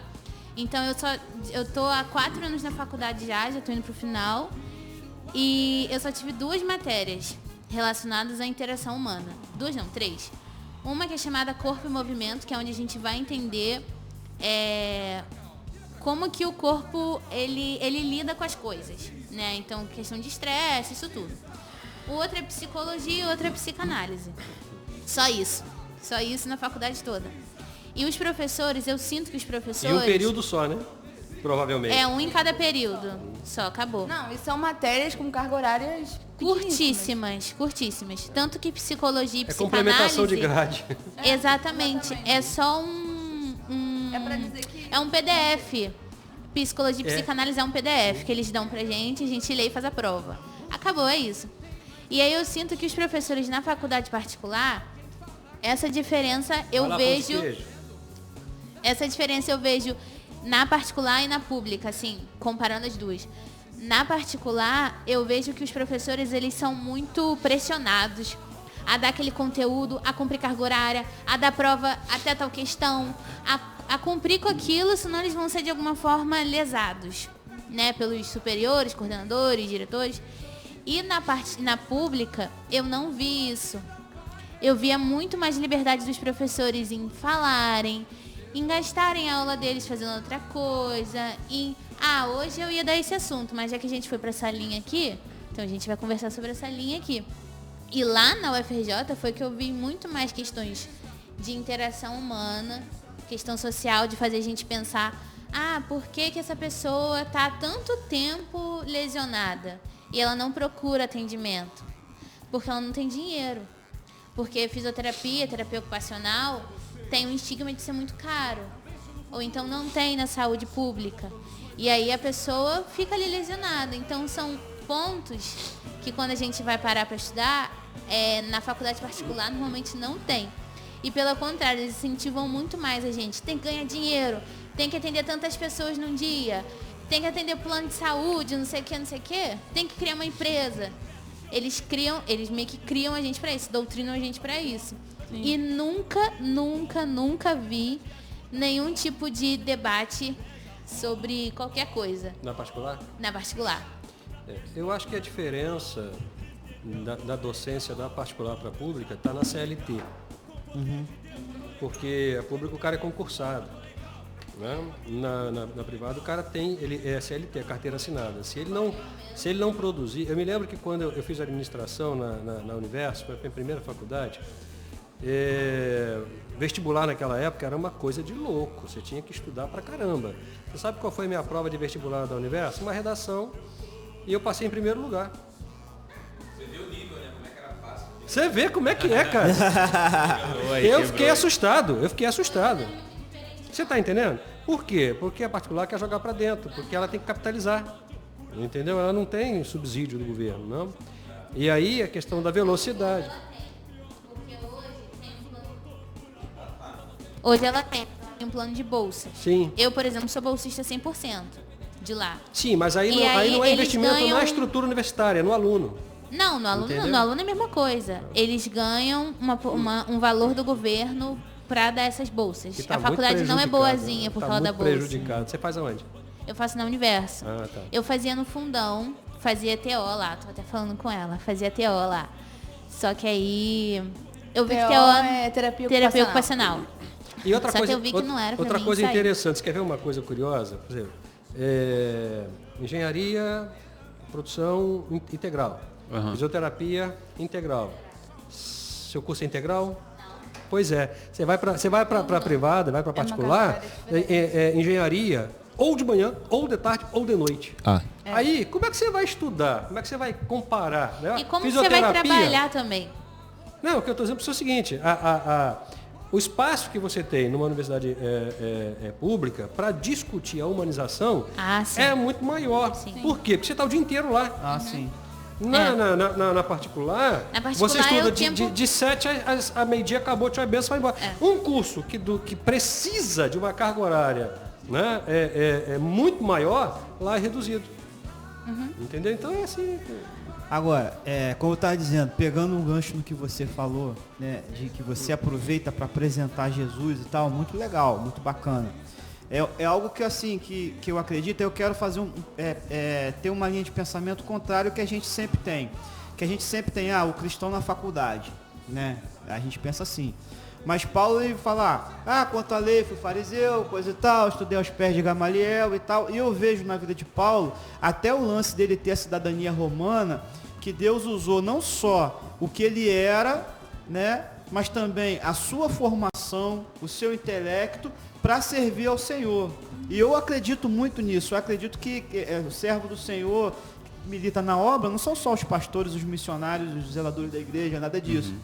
Aí, pensando então na via contrária, sempre a gente pensa no cristão na faculdade, né? E a faculdade na sua vida cristã, entendeu? Como que você, aí Lília também pode falar e tal, trouxe a faculdade para dentro da igreja? Qual foi o impacto na sua vida cristã? Eu digo assim, que te ajudou de alguma forma, te ajudou no pensamento lógico lá para a embaixada e tal. Então assim, a faculdade da igreja, como é que é isso, essa parada aí? Tá, cara, tem muita influência com certeza.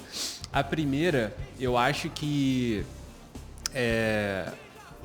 na minha vontade e interesse em aprender, e necessidade até de aprender e de estudar mais a minha fé, a Bíblia e o que baseia a minha fé. Como eu falei antes, a gente às vezes tem conversa com um amigo informal que acredita em coisas totalmente diferentes, a gente tem que estar certo ali do que a gente quer. Então isso puxa a gente a estar lendo, a aprendendo cada vez mais.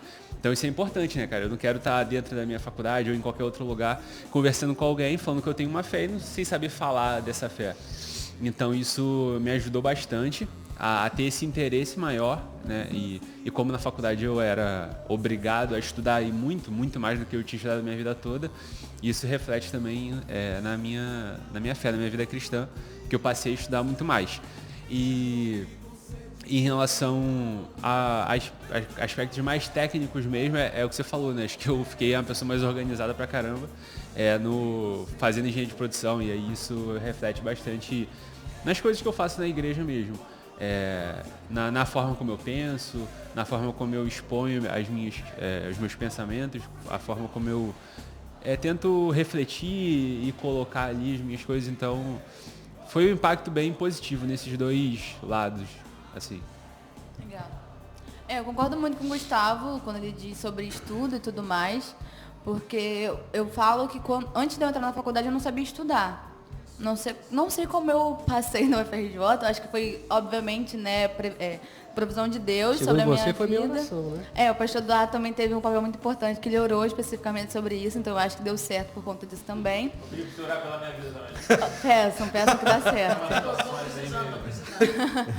Estuda não pra ver, Candão.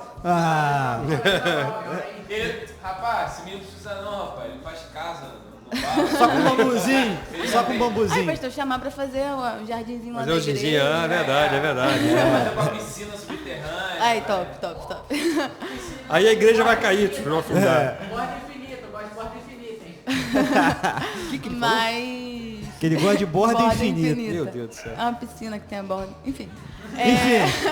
O engenheiro pode explicar. Verdade, né? Deixa eu ver, Gustavo. Aí eu faço ar de intelectual, entendi. Não entendeu nada. Mas eu costumo dizer que antes da faculdade eu não sabia estudar. Não sei, eu sempre estudei escola pública, né? Sempre tive notas boas, mas eu era aquele tipo de pessoa que estudava um dia antes da prova, né? E aí passava. Um melhor que o outro, né? A gente vê uma diferença muito grande. Calma aí, rapaz. Vamos deixar ela terminar, cara. Mas aí quando a gente Isso aqui não entra é na CPI faculdade... não, rapaz. Respeita a mulher, rapaz. E se depara com um monte de matéria, né? Um monte de coisa que tem que dar conta, a gente aprende a estudar e a gente vê de fato o que é estudar.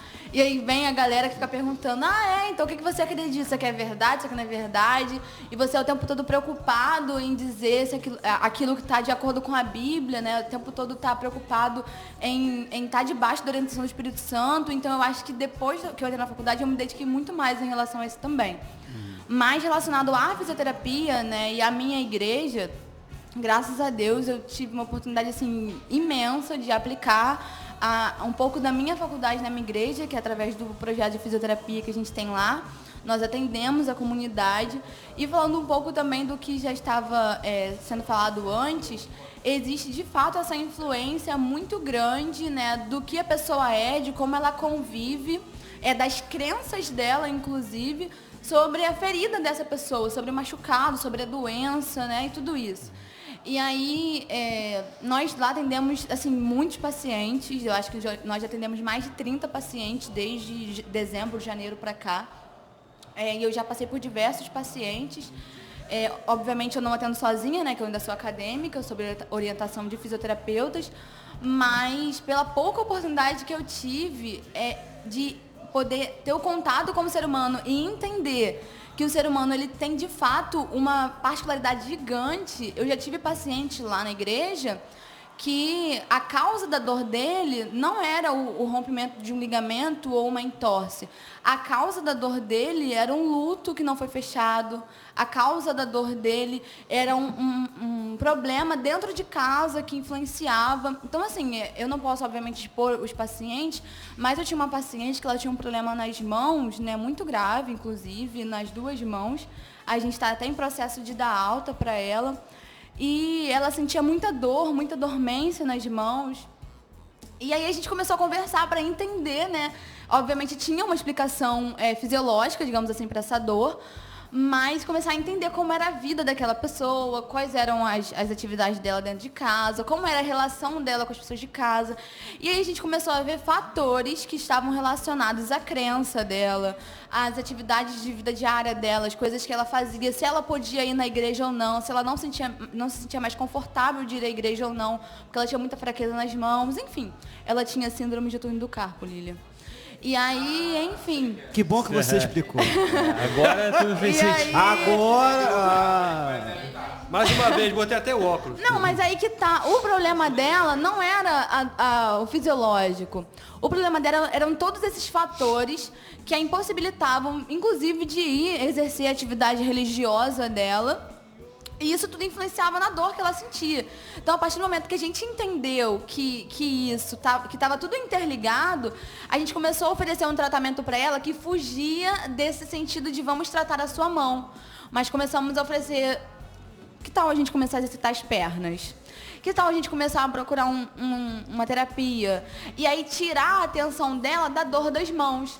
Jogar a atenção dela para que tal você voltar para as atividades da igreja, né? E começar a orientar. E aí, hoje em dia, eu tenho uma paciente que eu não vejo mais ela toda semana, porque não é mais necessário. A partir de agora, eu vou ver de 15 em 15 dias. E isso é caminhar para alta. Porque ela começou a se desprender de algo que diziam, ó, isso aqui é fisiológico, toma aí um remédio, faz isso daí e fica aí tomando remédio. Não, a gente começou a trazer razão para isso. E aí a gente começa a conversar, faz uma visita na igreja, como é que você está se sentindo, como foi a sua semana. Então, assim, a oportunidade que eu tenho tido lá na igreja, né, nós, graças a Deus, iniciamos o projeto em dezembro, com a ajuda do pastor Eduardo e de outras pessoas também. Mas eu sou muito grata a Deus por isso, porque eu consigo colocar um pouco do que eu sei da fisioterapia, mas sem esquecer que eu entendo a pessoa com o emocional, com o espiritual, com o físico, com tudo. Porque a pessoa é um ser único. Então, assim, graças a Deus, e isso realmente vai de cada um. O Gustavo tem as suas áreas onde ele consegue impor. O Gustavo faz um trabalho excelente na embaixada da igreja. A nossa embaixada cresceu de uma forma, assim, incrível. A nossa embaixada é a melhor de todas, desculpa, IBCT. Campeã.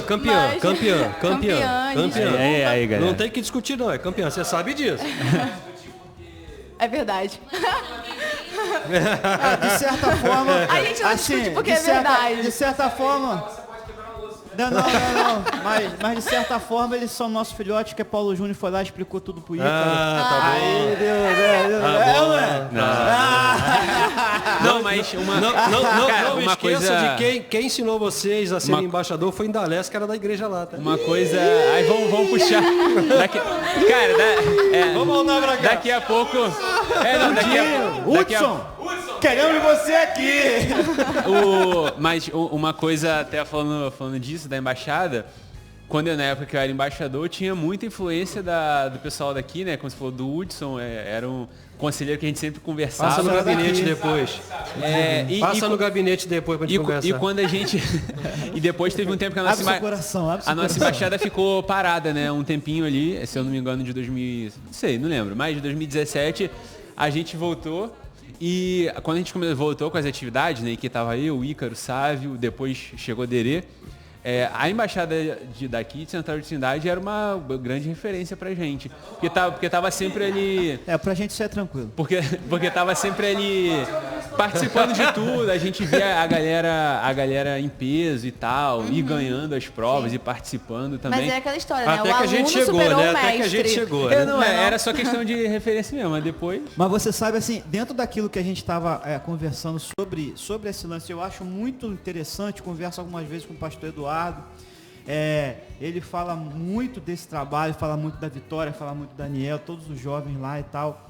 Essa abertura que ele está dando para vocês participarem na igreja e poder desenvolver com algo que vocês estudaram na faculdade. Um outro projeto que a gente trabalhava lá, que eu acabei não falando, tinha me esquecido porque deu uma parada, era o de reforço escolar, né? A gente tinha lá, bem no iniciozinho, tinha acabado de começar, era algo que eu ajudava, que eu dava aula lá de matemática. Acho que primeira aula lá, nas primeiras, eu tava lá ajudando, né? Até o tempo que depois eu viajei para pro intercâmbio, aí eu tive que Foi lá parar. no joguinho de futebol? É, para assistir o futebol lá na É, escola. Cristiano Ronaldo? Não, eu estudei.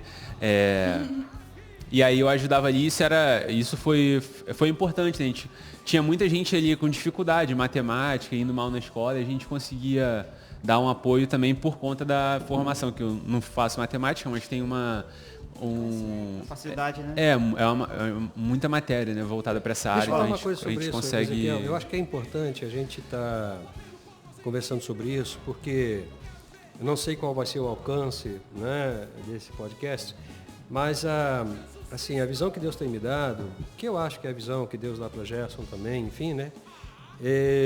Se você tem pessoas na igreja que são profissionais em quaisquer áreas, usa eles. Porque as pessoas precisam nas mais diversas áreas. Né? Então, se eu tenho um médico, eu converso com ele, você pode dar uma hora por semana, né? Para a gente poder estar aproveitando essa formação. Porque eu acho que toda formação ela tem que ser para o reino.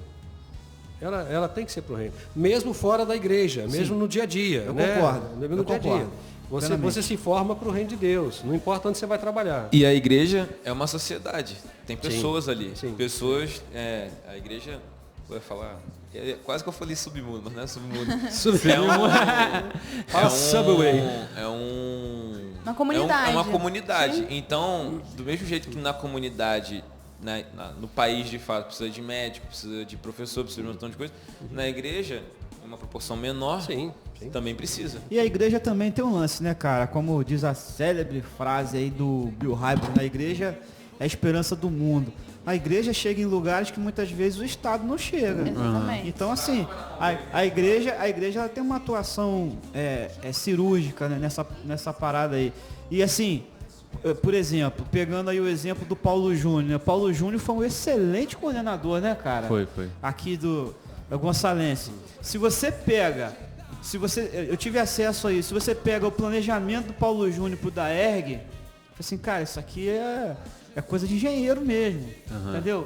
Então, assim, utilizar esses recursos pro reino, né, eu acho que isso é sensacional. E ter na igreja uma abertura para trabalhar também, Muito bom. isso é muito legal, muito bom mesmo. Uma coisa que eu acho que agora, pelo menos lá na nossa igreja, né, tem um movimento bem legal nesse sentido, é dessa não separação entre o que você é dentro da igreja e o que você é fora da sua profissão.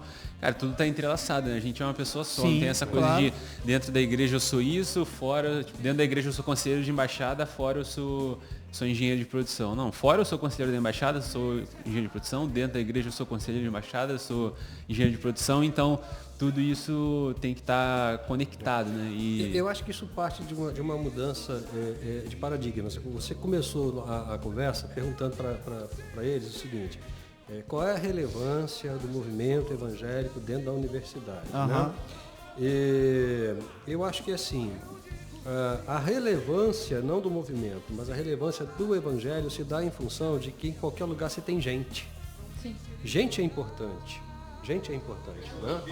Gente é importante. Então, o evangelho trabalha com gente. Os movimentos auxiliam, claro que auxiliam, são caminhos e tal, né? Então, assim, a ideia é que a gente resgate, você vai entender o que eu estou falando, talvez eles conheçam, talvez você tenha ensinado, resgate, né, o princípio do sacerdócio universal de Lutero. Ou seja, você é crente em qualquer lugar do mundo. Em qualquer lugar do mundo. Tem gente e você está ali. Né? Deixa eu contar uma experiência rápida para vocês, eu não sei se está acabando. Não, tem muito Vai ter horário, almoço? não. Vai ter almoço? Tem Vai ter quanto almoço? tempo Vai ter aí? almoço? Tem quanto tempo? Tá. Deixa eu contar uma história para vocês e tal. Tá Com bom. sono, moça? Deu para ver, hein? Eu também. Mas qual a particularidade aqui da nossa família? Nós somos o sono. Ah, é? E nós três estamos com bastante sono. Mas pode continuar, pastor, por favor. Hein? É o peso do sobrenome. Carregar esse sobrenome é muito Qual é o cansativo. sobrenome? É o peso do sobrenome. Cansa pra caramba. Cansa Sabe, muito. pra você ter uma ideia, uma experiência que eu tive, que assim, eu acho que foi uma experiência que, de certa forma, deu uma definida na minha perspectiva cristã, na minha ideia de cristianismo, né? Eu ainda estava em São Gonçalo, era um pastor lá em São Gonçalo, na Pia de São Gonçalo, pastor de família. E aí, no Sesc ali, do lado do Mauá, Aham. né? Começaram a fazer alguns cursos não sei o que e tal, né? E sempre dava 20 pessoas, 15 pessoas. Aí um dia fizeram um curso de ideologia de gêneros. Meu amigo, deu mais de 1000 pessoas. Aí eu liguei para a menina, falei, olha, eu sou pastor, eu queria fazer esse curso. Pastor, só tem 30 vagas, tem 500 Eu já ouvi mil essa, eu vou no banheiro e já volto. Tá bom. Vai lá. Então tá legal. E aí eu consegui entrar, né? Eu consegui entrar no curso e aí acaba a experiência. Acabei, Ezequiel. Acabei.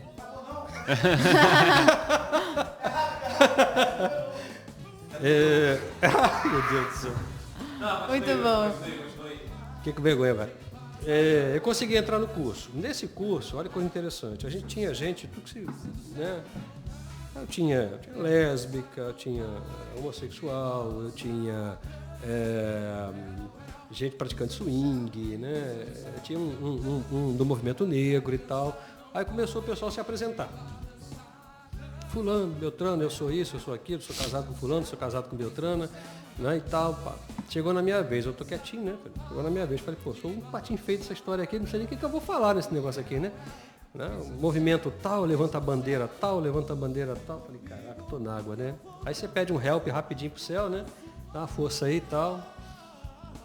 Você, quem é? Bom, eu sou Eduardo, sou pastor, sou hétero. Aí todo mundo. Meu Deus! O que é isso, né? Não, eu falei, a minha bandeira é o ser humano. Onde tiver gente precisando de ajuda, seja qual for o problema, eu tô lá. Eu tô lá. Eles se surpreendem quando a gente tem uma atitude de amor e respeito e educação. Você tá entendendo? A minha bandeira... Acho que a gente vai tacar pedra. Pois é, a minha bandeira... O que eu tinha falado antes, pastor, rapidinho, desculpa eu interromper, é que a visão que o pessoal tem dos cristãos, cristãos, né? Porque se eu falar que é o que não é. Mas enfim, que tem muita voz hoje, não correspondem com esse cristianismo de amor, da ajuda. Então eles têm essa visão muito de que todo cristão é um mini Silas Malafaia. Cara, não sei se pode falar o nome, nem sei se... Como é que é esse Não, agora negócio você já aqui? falou, a gente não vai cortar. Corte não, mas Corta isso aí. Lá no trabalho... Já era, maluco, já era. É um Edir Macedo, eu não sei, e não é isso, né, cara? Exatamente. Lá no trabalho, continue. lá na Decathlon, né, a gente tem uma loja com praticamente 30 colaboradores. Só eu e mais 2 somos cristãos. Eu chamo lá de Decathlon. Decathlon. Tem e lá- Decathlon aqui? Tem no Tem em Plaza. Niterói. Faz o jabá aí. Decathlon. Abriu agora, mas Decathlon. abriu agora. Abriu em dezembro. Ah, mas, tá, porque não tinha, só tinha lá na Barra, né, eu acho. Tá lá na Barra, agora muito tem boa. 4 no Rio de Janeiro já, maneiro. Mas depois a gente começa sobre isso. Seguinte, tem um cara da minha sessão, o Wesley, pô, cara, gente boníssima, me amarro nele. Mas ele fala comigo, Guilherme, você é o único crente que eu gosto. Aí eu... É porque ele não conhece Ezequiel. Não, ele conhece meu tio de tabela, assim, né? Que eu falo bastante do meu tio. Aí ele fala, cara, seu tio deve ser um crente que eu gostaria também. Mas você, por enquanto, é o único crente que eu Vou lá gosto. conversar com ele. Por quê? É o fake? É o fake? O fake tem que... Deixa eu trocar ideia com ele. É o fake ou é o Fiusa? Não. Depois eu explico. Depois eu explico. Eu já entendi. E assim, cara, ele fala, cara, você é o único crente que eu gosto. Eu, cara, como assim? Quantos crentes você conhece? Ele, um monte. Só que quem são esses um monte? Ele conhece de fato? Ele convive assim? Sabe? Ele tem essa vivência? Ou ele só viu na televisão? Ele viu recebeu um vídeo de um WhatsApp, sei lá, alguma coisa, entendeu? E até assim, eu tava vendo um vídeo de um movimento ontem, de uma manifestação, né? E falando, pô, mandando Edir Macedo para aquele lugar, o Silas Malafaia vai para não sei aonde e tal. Então, de repente, eles precisam conhecer, não que esses caras não sejam crentes, não estou entrando nesse mérito, mas eles precisam conhecer o evangelho através de nós, né? Exato. Esse é o... Outra célebre frase aí do Billy Graham, né? Nós somos a Bíblia que o mundo está lendo. Então, Pois a é, e aí o ideia pessoal... essa, né, cara? E aí, tipo assim, por mais que... Ou a Bíblia tá em branco ou tá escrito errado, né? Tem que fazer diferença. E aí você tem essas referências aí, pô, Edir Macedo, Valdemiro Santiago, esses pastores aí polêmicos, né? Cara, se o cara vai vai criar uma imagem de cristão baseando naqueles caras. Acaba a gente criando tá uma ferrado, barreira. mano. Acaba criando, tipo, um muro entre Exatamente. essa pessoa e, de Exatamente. fato, o cristianismo.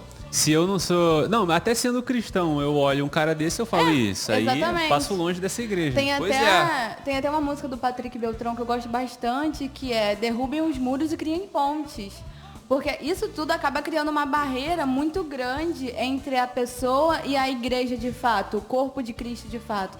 E a gente vê muito isso lá na igreja, o pastor Eduardo mais ainda, quando ele, conversando com as pessoas, né, fazendo visitas, atendendo as pessoas no gabinete pastoral, e aí quando a pessoa entra na igreja fica assim, caramba, eu nunca vim aqui. Essa igreja é linda.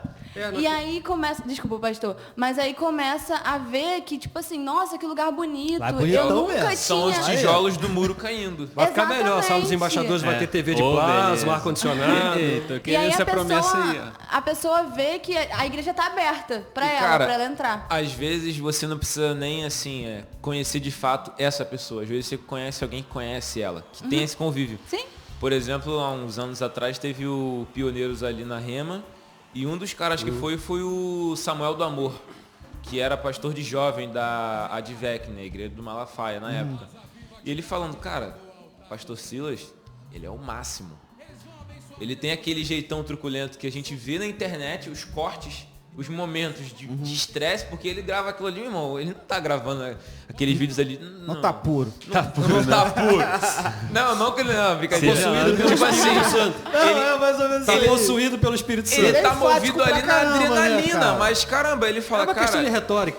meu pastor, ele falando, né, cara, o pastor Silas, ele é incrível. Ele faz isso, tal. Pô, imagina. Aí você imagina, né, que um cara assim, e ele falando que, putz, que ele, caramba, ele abre mão do salário, né, que a igreja iria pagar a ele, daria a ele como oferta pelo trabalho dele, e ele vive da venda dos livros, venda de DVD. Caramba, que é um cara, assim, na minha opinião, Ou seja, você pode achar o cara secularmente assim. conhecer o cara mas pela você não internet é conhece fácil, pô. exatamente. Dizer como que o Exatamente. cara é só pelo que você vê, Sim. só pelo que você vê bem longe do cara é fácil. Agora você estar perto e de fato conhecer o cara, você vai até exatamente. gostar de crente, que nem o Wesley gosta. Agora, É, eu sim. acho também que tem uma outra questão assim. Eu acho de uma forma geral, as pessoas veem o evangelho como uma coisa dogmática. Aham. Entendeu? Que você tem aquelas. Talvez isso seja Me influência. perdoa, não é só dogmática, não. É dogmática castradora. Pode ser. Porque assim, você não pode sim. fazer nada. Isso. Você não pode fazer É essa nada. coisa que a gente sempre falou aqui na juventude, ó, você pode fazer tudo, mas você não quer fazer tudo. Né? Sim, exatamente. Então, e as pessoas têm essa visão que a igreja, talvez até por uma construção da igreja católica e tal, para lá, e o pastor Eduardo pode falar melhor, mas assim, de achar que toda religião, ela é dogmática, ela tem aquela regra ali, você não pode seguir. Não, cara, eu não quero seguir. Então, encara a igreja como um cárcere aí, um castrador de sentimentos e momentos e emoções. Aí, gostou dessa agora? O pessoal Se vocês quiserem conhecer técnicas de tortura medieval construído pela igreja, baixem o Maleus Maleficarum, o martelo das bruxas. Vocês vão ver o que a igreja Fez de construiu de técnica de tortura na Idade Média. Meu Deus. É leve. Aí a gente volta naquela questão da construção de movimentos que vão Sim, mas influenciando. a né? nossa igreja, ela tem... Cara, são 16 séculos, você não apaga isso. O Jung tá aí, cara, é o inconsciente coletivo, não tem jeito, velho. Né? é esse. O movimento pentecostal, quando inicia... A gente, engraçado, a gente saiu da universidade para um volume de cantoria. O podcast acabou. é isso aí, Tá cara. bom, tá tranquilo. Pô, Acabou. isso aqui não tem um fluxograma, não. O que rolar, rolou. Não tem Acabou receita, que você não não. terminou tem de contar a censura, história ali, Não, né? não, calma aí, não calma aí. vou Tá falar. vendo? Você não terminou de contar a história, a gente interrompeu aqui. Não, eu falei que foi na parada é o seguinte, quando chegaram a mim, eu disse, eu sou pastor, sou hétero, né? E a minha bandeira é o ser humano. Onde tiver ser humano, o rapaz que era do movimento negro ficou revoltado comigo. E cara, onde tiver gente, eu tô lá para ajudar, eu sou franciscano. Mas por que ele ficou revoltado com você? Porque eu não defendo uma bandeira, eu defendo tá. o ser humano. Mas se um homossexual tiver precisando de ajuda, eu vou lá ajudar o camarada. Não é porque ele é homossexual que eu não vou me aproximar dele. E aí entendeu? é a pessoa, é o lugar onde a igreja consegue chegar. Porque é o ser humano. É o Com ser a bandeira. humano, Dizendo, a não, minha não tô aqui bandeira por mim, tô aqui tá por você. Ó, Cara, já aí, era, ó, vai cara. aparecer aí, ó. É gente que cuida de gente, vai aparecer aí. Destaca aí. Apareceu, dá um apareceu. zoom. Então, assim, o movimento pentecostal, quando inicia no Brasil, em 1910, que inicia, na verdade, não foi com a Assembleia de Deus, né? Foi a Igreja Cristã no Brasil, né? Trouxe uma herança da reforma chamada Inquisição. A Assembleia de Deus, quando inicia no Brasil, inicia debaixo da ideologia militar. Paulo Leiva Macalão, que foi o fundador da Igreja Assembleia de Deus em São Cristóvão, ele escolheu um camarada uma vez, porque foi em Belém do Pará. Em Belém do Pará, a Assembleia de Deus. Em São Paulo, a Igreja Cristã do Brasil. Que chegou em 1910. Na verdade, em 1910 foi fundada a primeira igreja pentecostal no Brasil, que é a Igreja Cristã, e Gunnar Wing e Daniel Beck estavam chegando. Aí eles foram para uma igreja batista em Belém do Pará, né? Em 1911 que eles começam o movimento. Daniel Berg excluiu... Paulo Leiva Macalão, né? Excluiu um membro da igreja dele, excluiu na rua, 8 horas da manhã. Por quê? Porque ele encontrou o membro da igreja dele voltando da padaria com um saquinho de pão, terno, gravata, sem chapéu. Sem chapéu não dá. Sem chapéu é osso, hein? Não acredito que ele tá sem grave. chapéu. É que herege. É herege, não dá não. Herege puro. Né? Sem chapéu. Então, o corte de cabelo do movimento pentecostal era o corte do reco. Lembra do reco? Aquele cortezinho. Então, não tem jeito, cara. O reco seria um corte militar? Né? É um corte militar. Um cabelo baixinho, bem baixinho, né? Só com um tupetezinho aqui. Se batesse em cima da orelha, tava grande. Era da orelha para cima. Né? Isso. Tudo bom. Então, o que acontece? Ó, Gustavo já estaria cabeludo. Teria que dar um jeitinho de consertar. Excluído. Excluído, né? Então, o que acontece? pior A sem nossa igreja, Acho que a bermuda hoje em dia é o chapéu. Exatamente. A bermuda é o chapéu. Não, é o contrário, né? Você tá de Rapaz, bermuda é igual você tá sem eu preciso chapéu. confessar então meu conflito, cara. Você vê, a bermuda é o chapéu, né, rapaz? Eu entrei numa batalha espiritual essa madrugada. Vou de calça, vou de bermuda. Vou de calça, vou de bermuda, né? Falei, vem de vou de calça. Mas vem de sandália pra dar aquela Vem de sandália franciscana. Tá maneiro. Pra dar Franciscana aquela para quebrada. dar quebrada. Estilo Jesus. Então o que acontece? Estilo Jesus. Me dá um copo d'água aí pra passar por cima. Me dá um copo d'água pra passar por cima. Ué, mas o que eu vou fazer? Né? A Bíblia diz que eu tenho que ser igual a Cristo. Tá certo, tá errado não. Começou pela Só faltou o chapéu. Só faltou o chapéu. Não, sério, cara. Isso está registrado nos anais da Assembleia de Deus. Está registrado, entendeu? A gente está falando de São Cristóvão aqui, cara. Está falando de São Cristóvão, né? Que foi a primeira Assembleia de Deus no Rio de Janeiro. Né? Então, querendo ou não, muito dos nossos movimentos emocionais, das nossas iras, rancores, movimento de exclusão na igreja, é uma herança da castração medieval, cara. A gente precisa repensar isso. A gente precisa repensar isso. A igreja é repressora, eticamente repressora. Ela é eticamente repressora. A ética da igreja é cruel. Ela é uma ética de proibição, não é uma ética de motivação, dando a orientação correta, né? Porque a ética, na verdade, não é uma castração. A ética é um estabelecimento de princípios para um bom comportamento. Para você se relacionar. E não dizer, não se relacione. Então você soma. A coisa é muito mais complexa. Talvez a gente gaste um dia conversando sobre isso. Vamos conversar. E eu acho, voltando lá pro assunto da faculdade, eu Ok, acho que é por obrigado. isso que as pessoas, quando.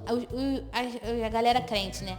Quando vai pra faculdade, às vezes, fica tão assim, que é isso? O que foi o que aconteceu comigo?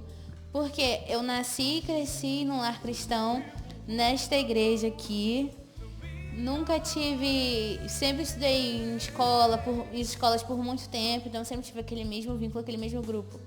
Quando eu fui pra faculdade, e também tudo a gente fica pensando, né? Será que isso aqui é errado? Será que isso aqui não é? Será que isso aqui é errado?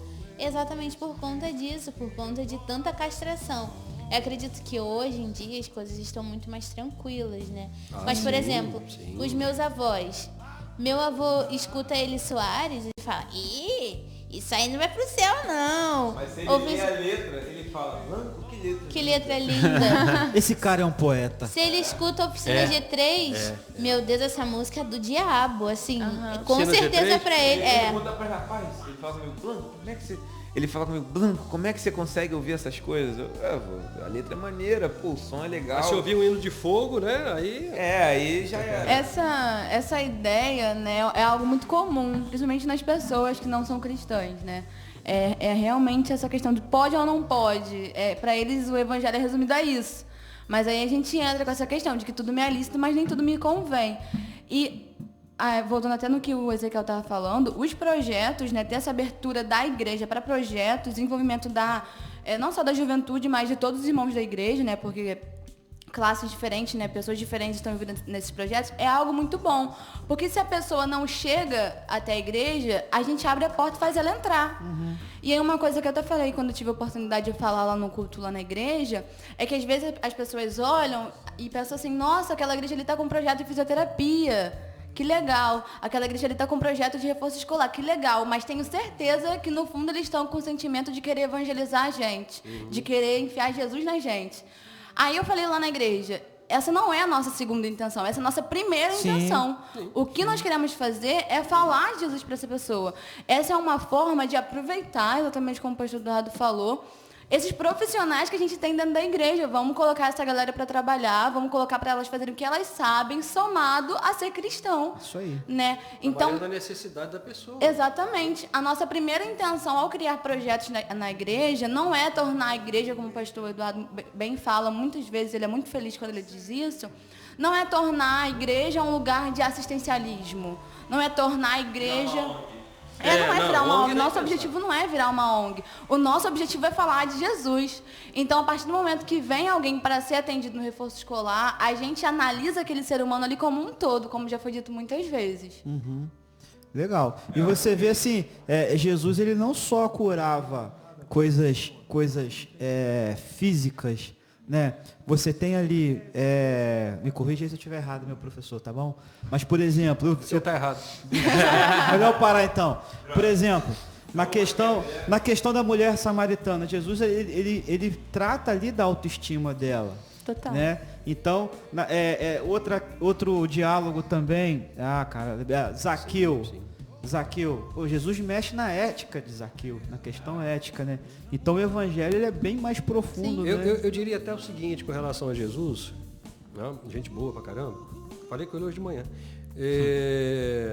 Assim, a gente precisa fazer uma leitura. Você não falou não, velho?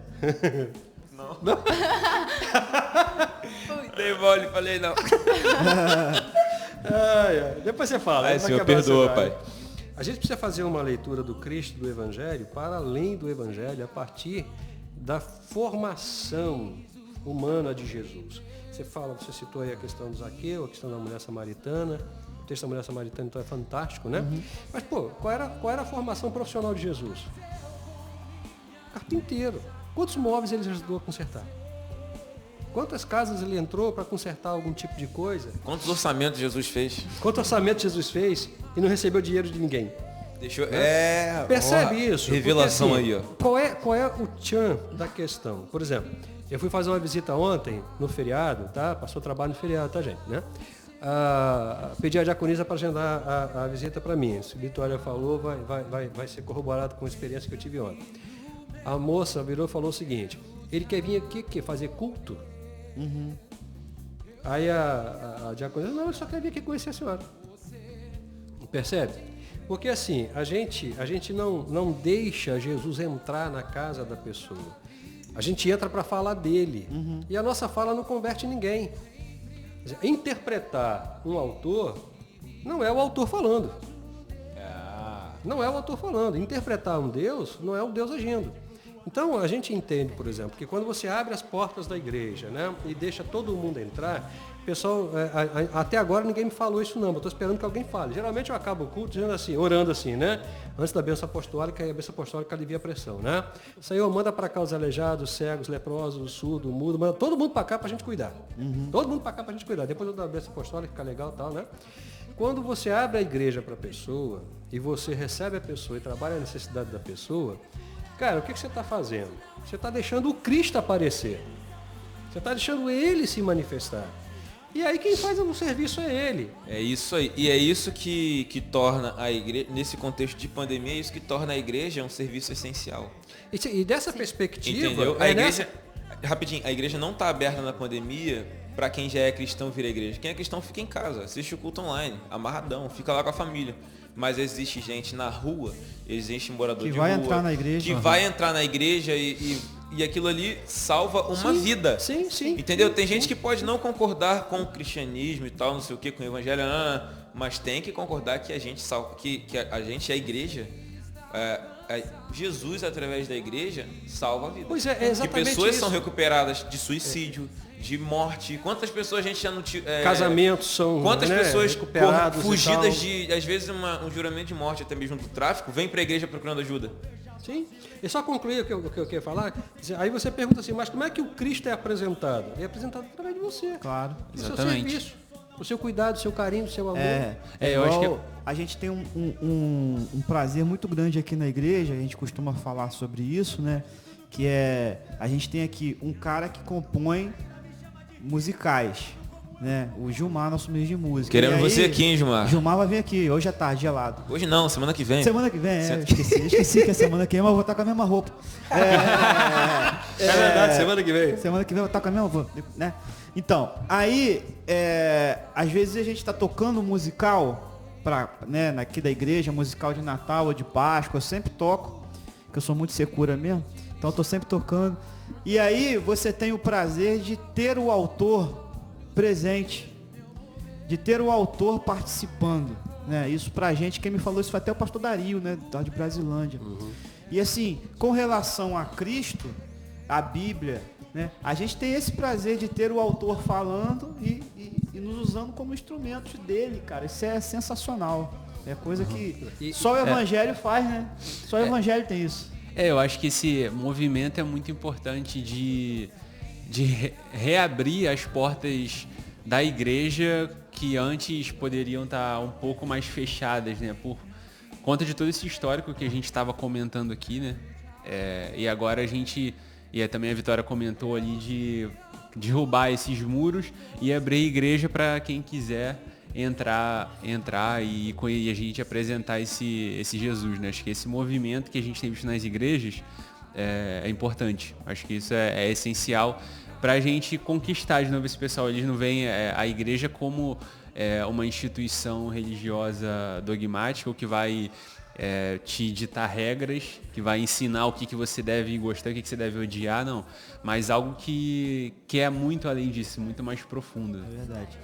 É engraçado hoje que as pessoas que querem mais, que falam mais de liberdade e tal, são as pessoas que estão mais regrando a sociedade, cara. Isso é uma dizendo que pode fazer, o que pode não fazer. O que não pode fazer, isso é, sei lá, cara, é uma hipocrisia muito grande. Isso é uma ética porque o reversa, né, pecado cara? cega, uma ética né? É uma ética reversa, né? Uma ética que aprisiona, né?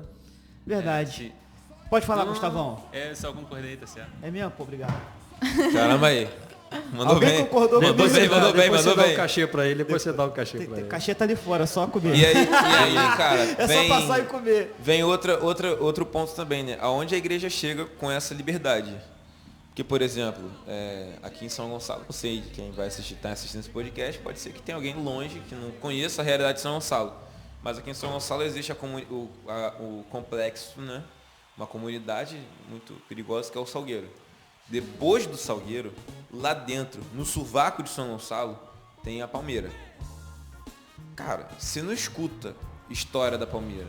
Porque quem tá lá, nasce lá. O centro urbano deles é o centro do Salgueiro, que tem caixa eletrônico, tem barbearia, tem loja de roupa, tem farmácia, O tem Alcântara tudo. deles é o Salgueiro. O Alcântara deles é o Salgueiro. E aí vai ter gente que vai nascer ali, vai crescer ali, vai reproduzir ali, vai morrer ali e não vai sair dali de dentro. Não vai chegar a ir em Niterói, pra você ter ideia, que é a cidade aqui vizinha.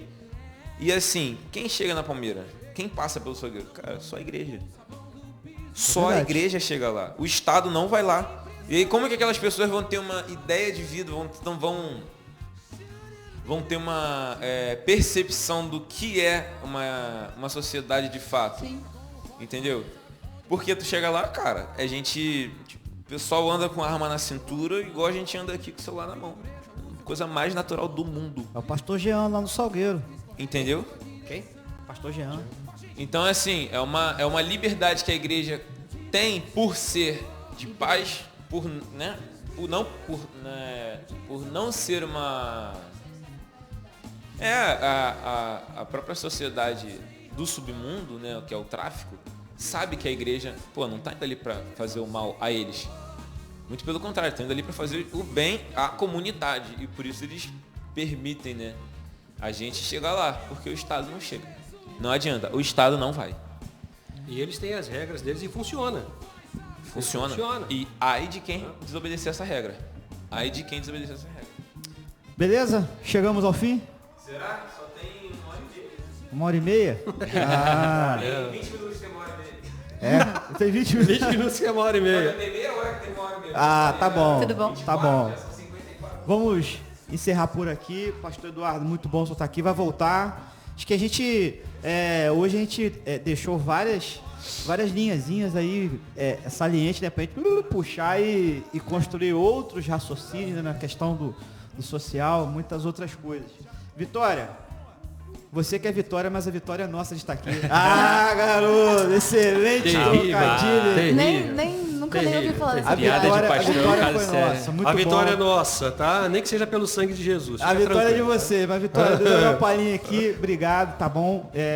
A gente vai estar junto aí no dia 19 também, né, fazendo aquele debate e tal, a gente tá construindo aí alguma coisa pro dia 19, vai ser legal também. Show. Gustavão, depois que junto. eu fui lá no Morro do Valente contigo, lembra disso? Lembro. Pô, pô. Você encarou o Valente, cara? Outro, vamos junto. A gente subiu Você lá, só pô, na foi lá e chuva. Subiu lá. Na chuva. Chovendo, escorregando pra caramba. Eu, você, Cringer, Ivan Ivan e tinha... Iago. Iago, isso. Os brabos. E eu. Super amigo.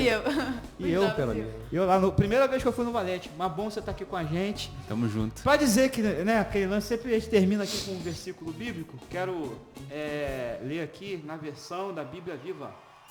Pode, pastor, da Bíblia Viva ou heresia? Pode, né? Pode, a linguagem de hoje que é complicada, mas pode. Ninguém faça pouco caso. Para você também, minha querida Lilian. Titi te ama. Aquela coisa toda, meu xodó. Esse negócio tá virando monopólio, mas tudo bem. É nepotismo. Rapaz, depois eu conto aqui que essa menina morava do lado da minha casa. Às vezes eu acordava sábado de manhã, 8 horas da manhã. Quem tava lá dormindo com a gente lá entre eu e minha esposa? Ela. Do nada ela aparecia lá. Tinha chave. Como que ele entrava? Ah, não sei, cara. Rapaz, a Aí- Bíblia explica isso. A Bíblia explica isso. É como o vento, ninguém sabe de onde vem. É pra onde isso aí vai. mesmo. Perfeito. Passa Então- pela fechadura. Encerrar aqui com um versículo bíblico. Ninguém faça pouco, né? Cadê Timóteo 2? Ninguém faça pouco caso de você, por você ainda ser moço. Seja o exemplo para eles, para que sigam o caminho que você ensina e vive. Seja modelo para eles no amor, na fé e na pureza. E por que desse versículo? Porque eu sei que é algo que vocês já estão vivendo. Então é só continuar, beleza? Muito obrigado aí. Valeu, Zé. Tamo junto, beleza? Acabou? Peraí, deixa eu agradecer. Agradecer Fecha não, também. aguenta aí, pô. Agora, prazer, pastor, Jabá. pastor com o microfone é o caso É sério. um problema sério. Não, só muito obrigado. Muito obrigado por ter recebido a gente. Pronto. Beleza, Valeu, acabou? galera.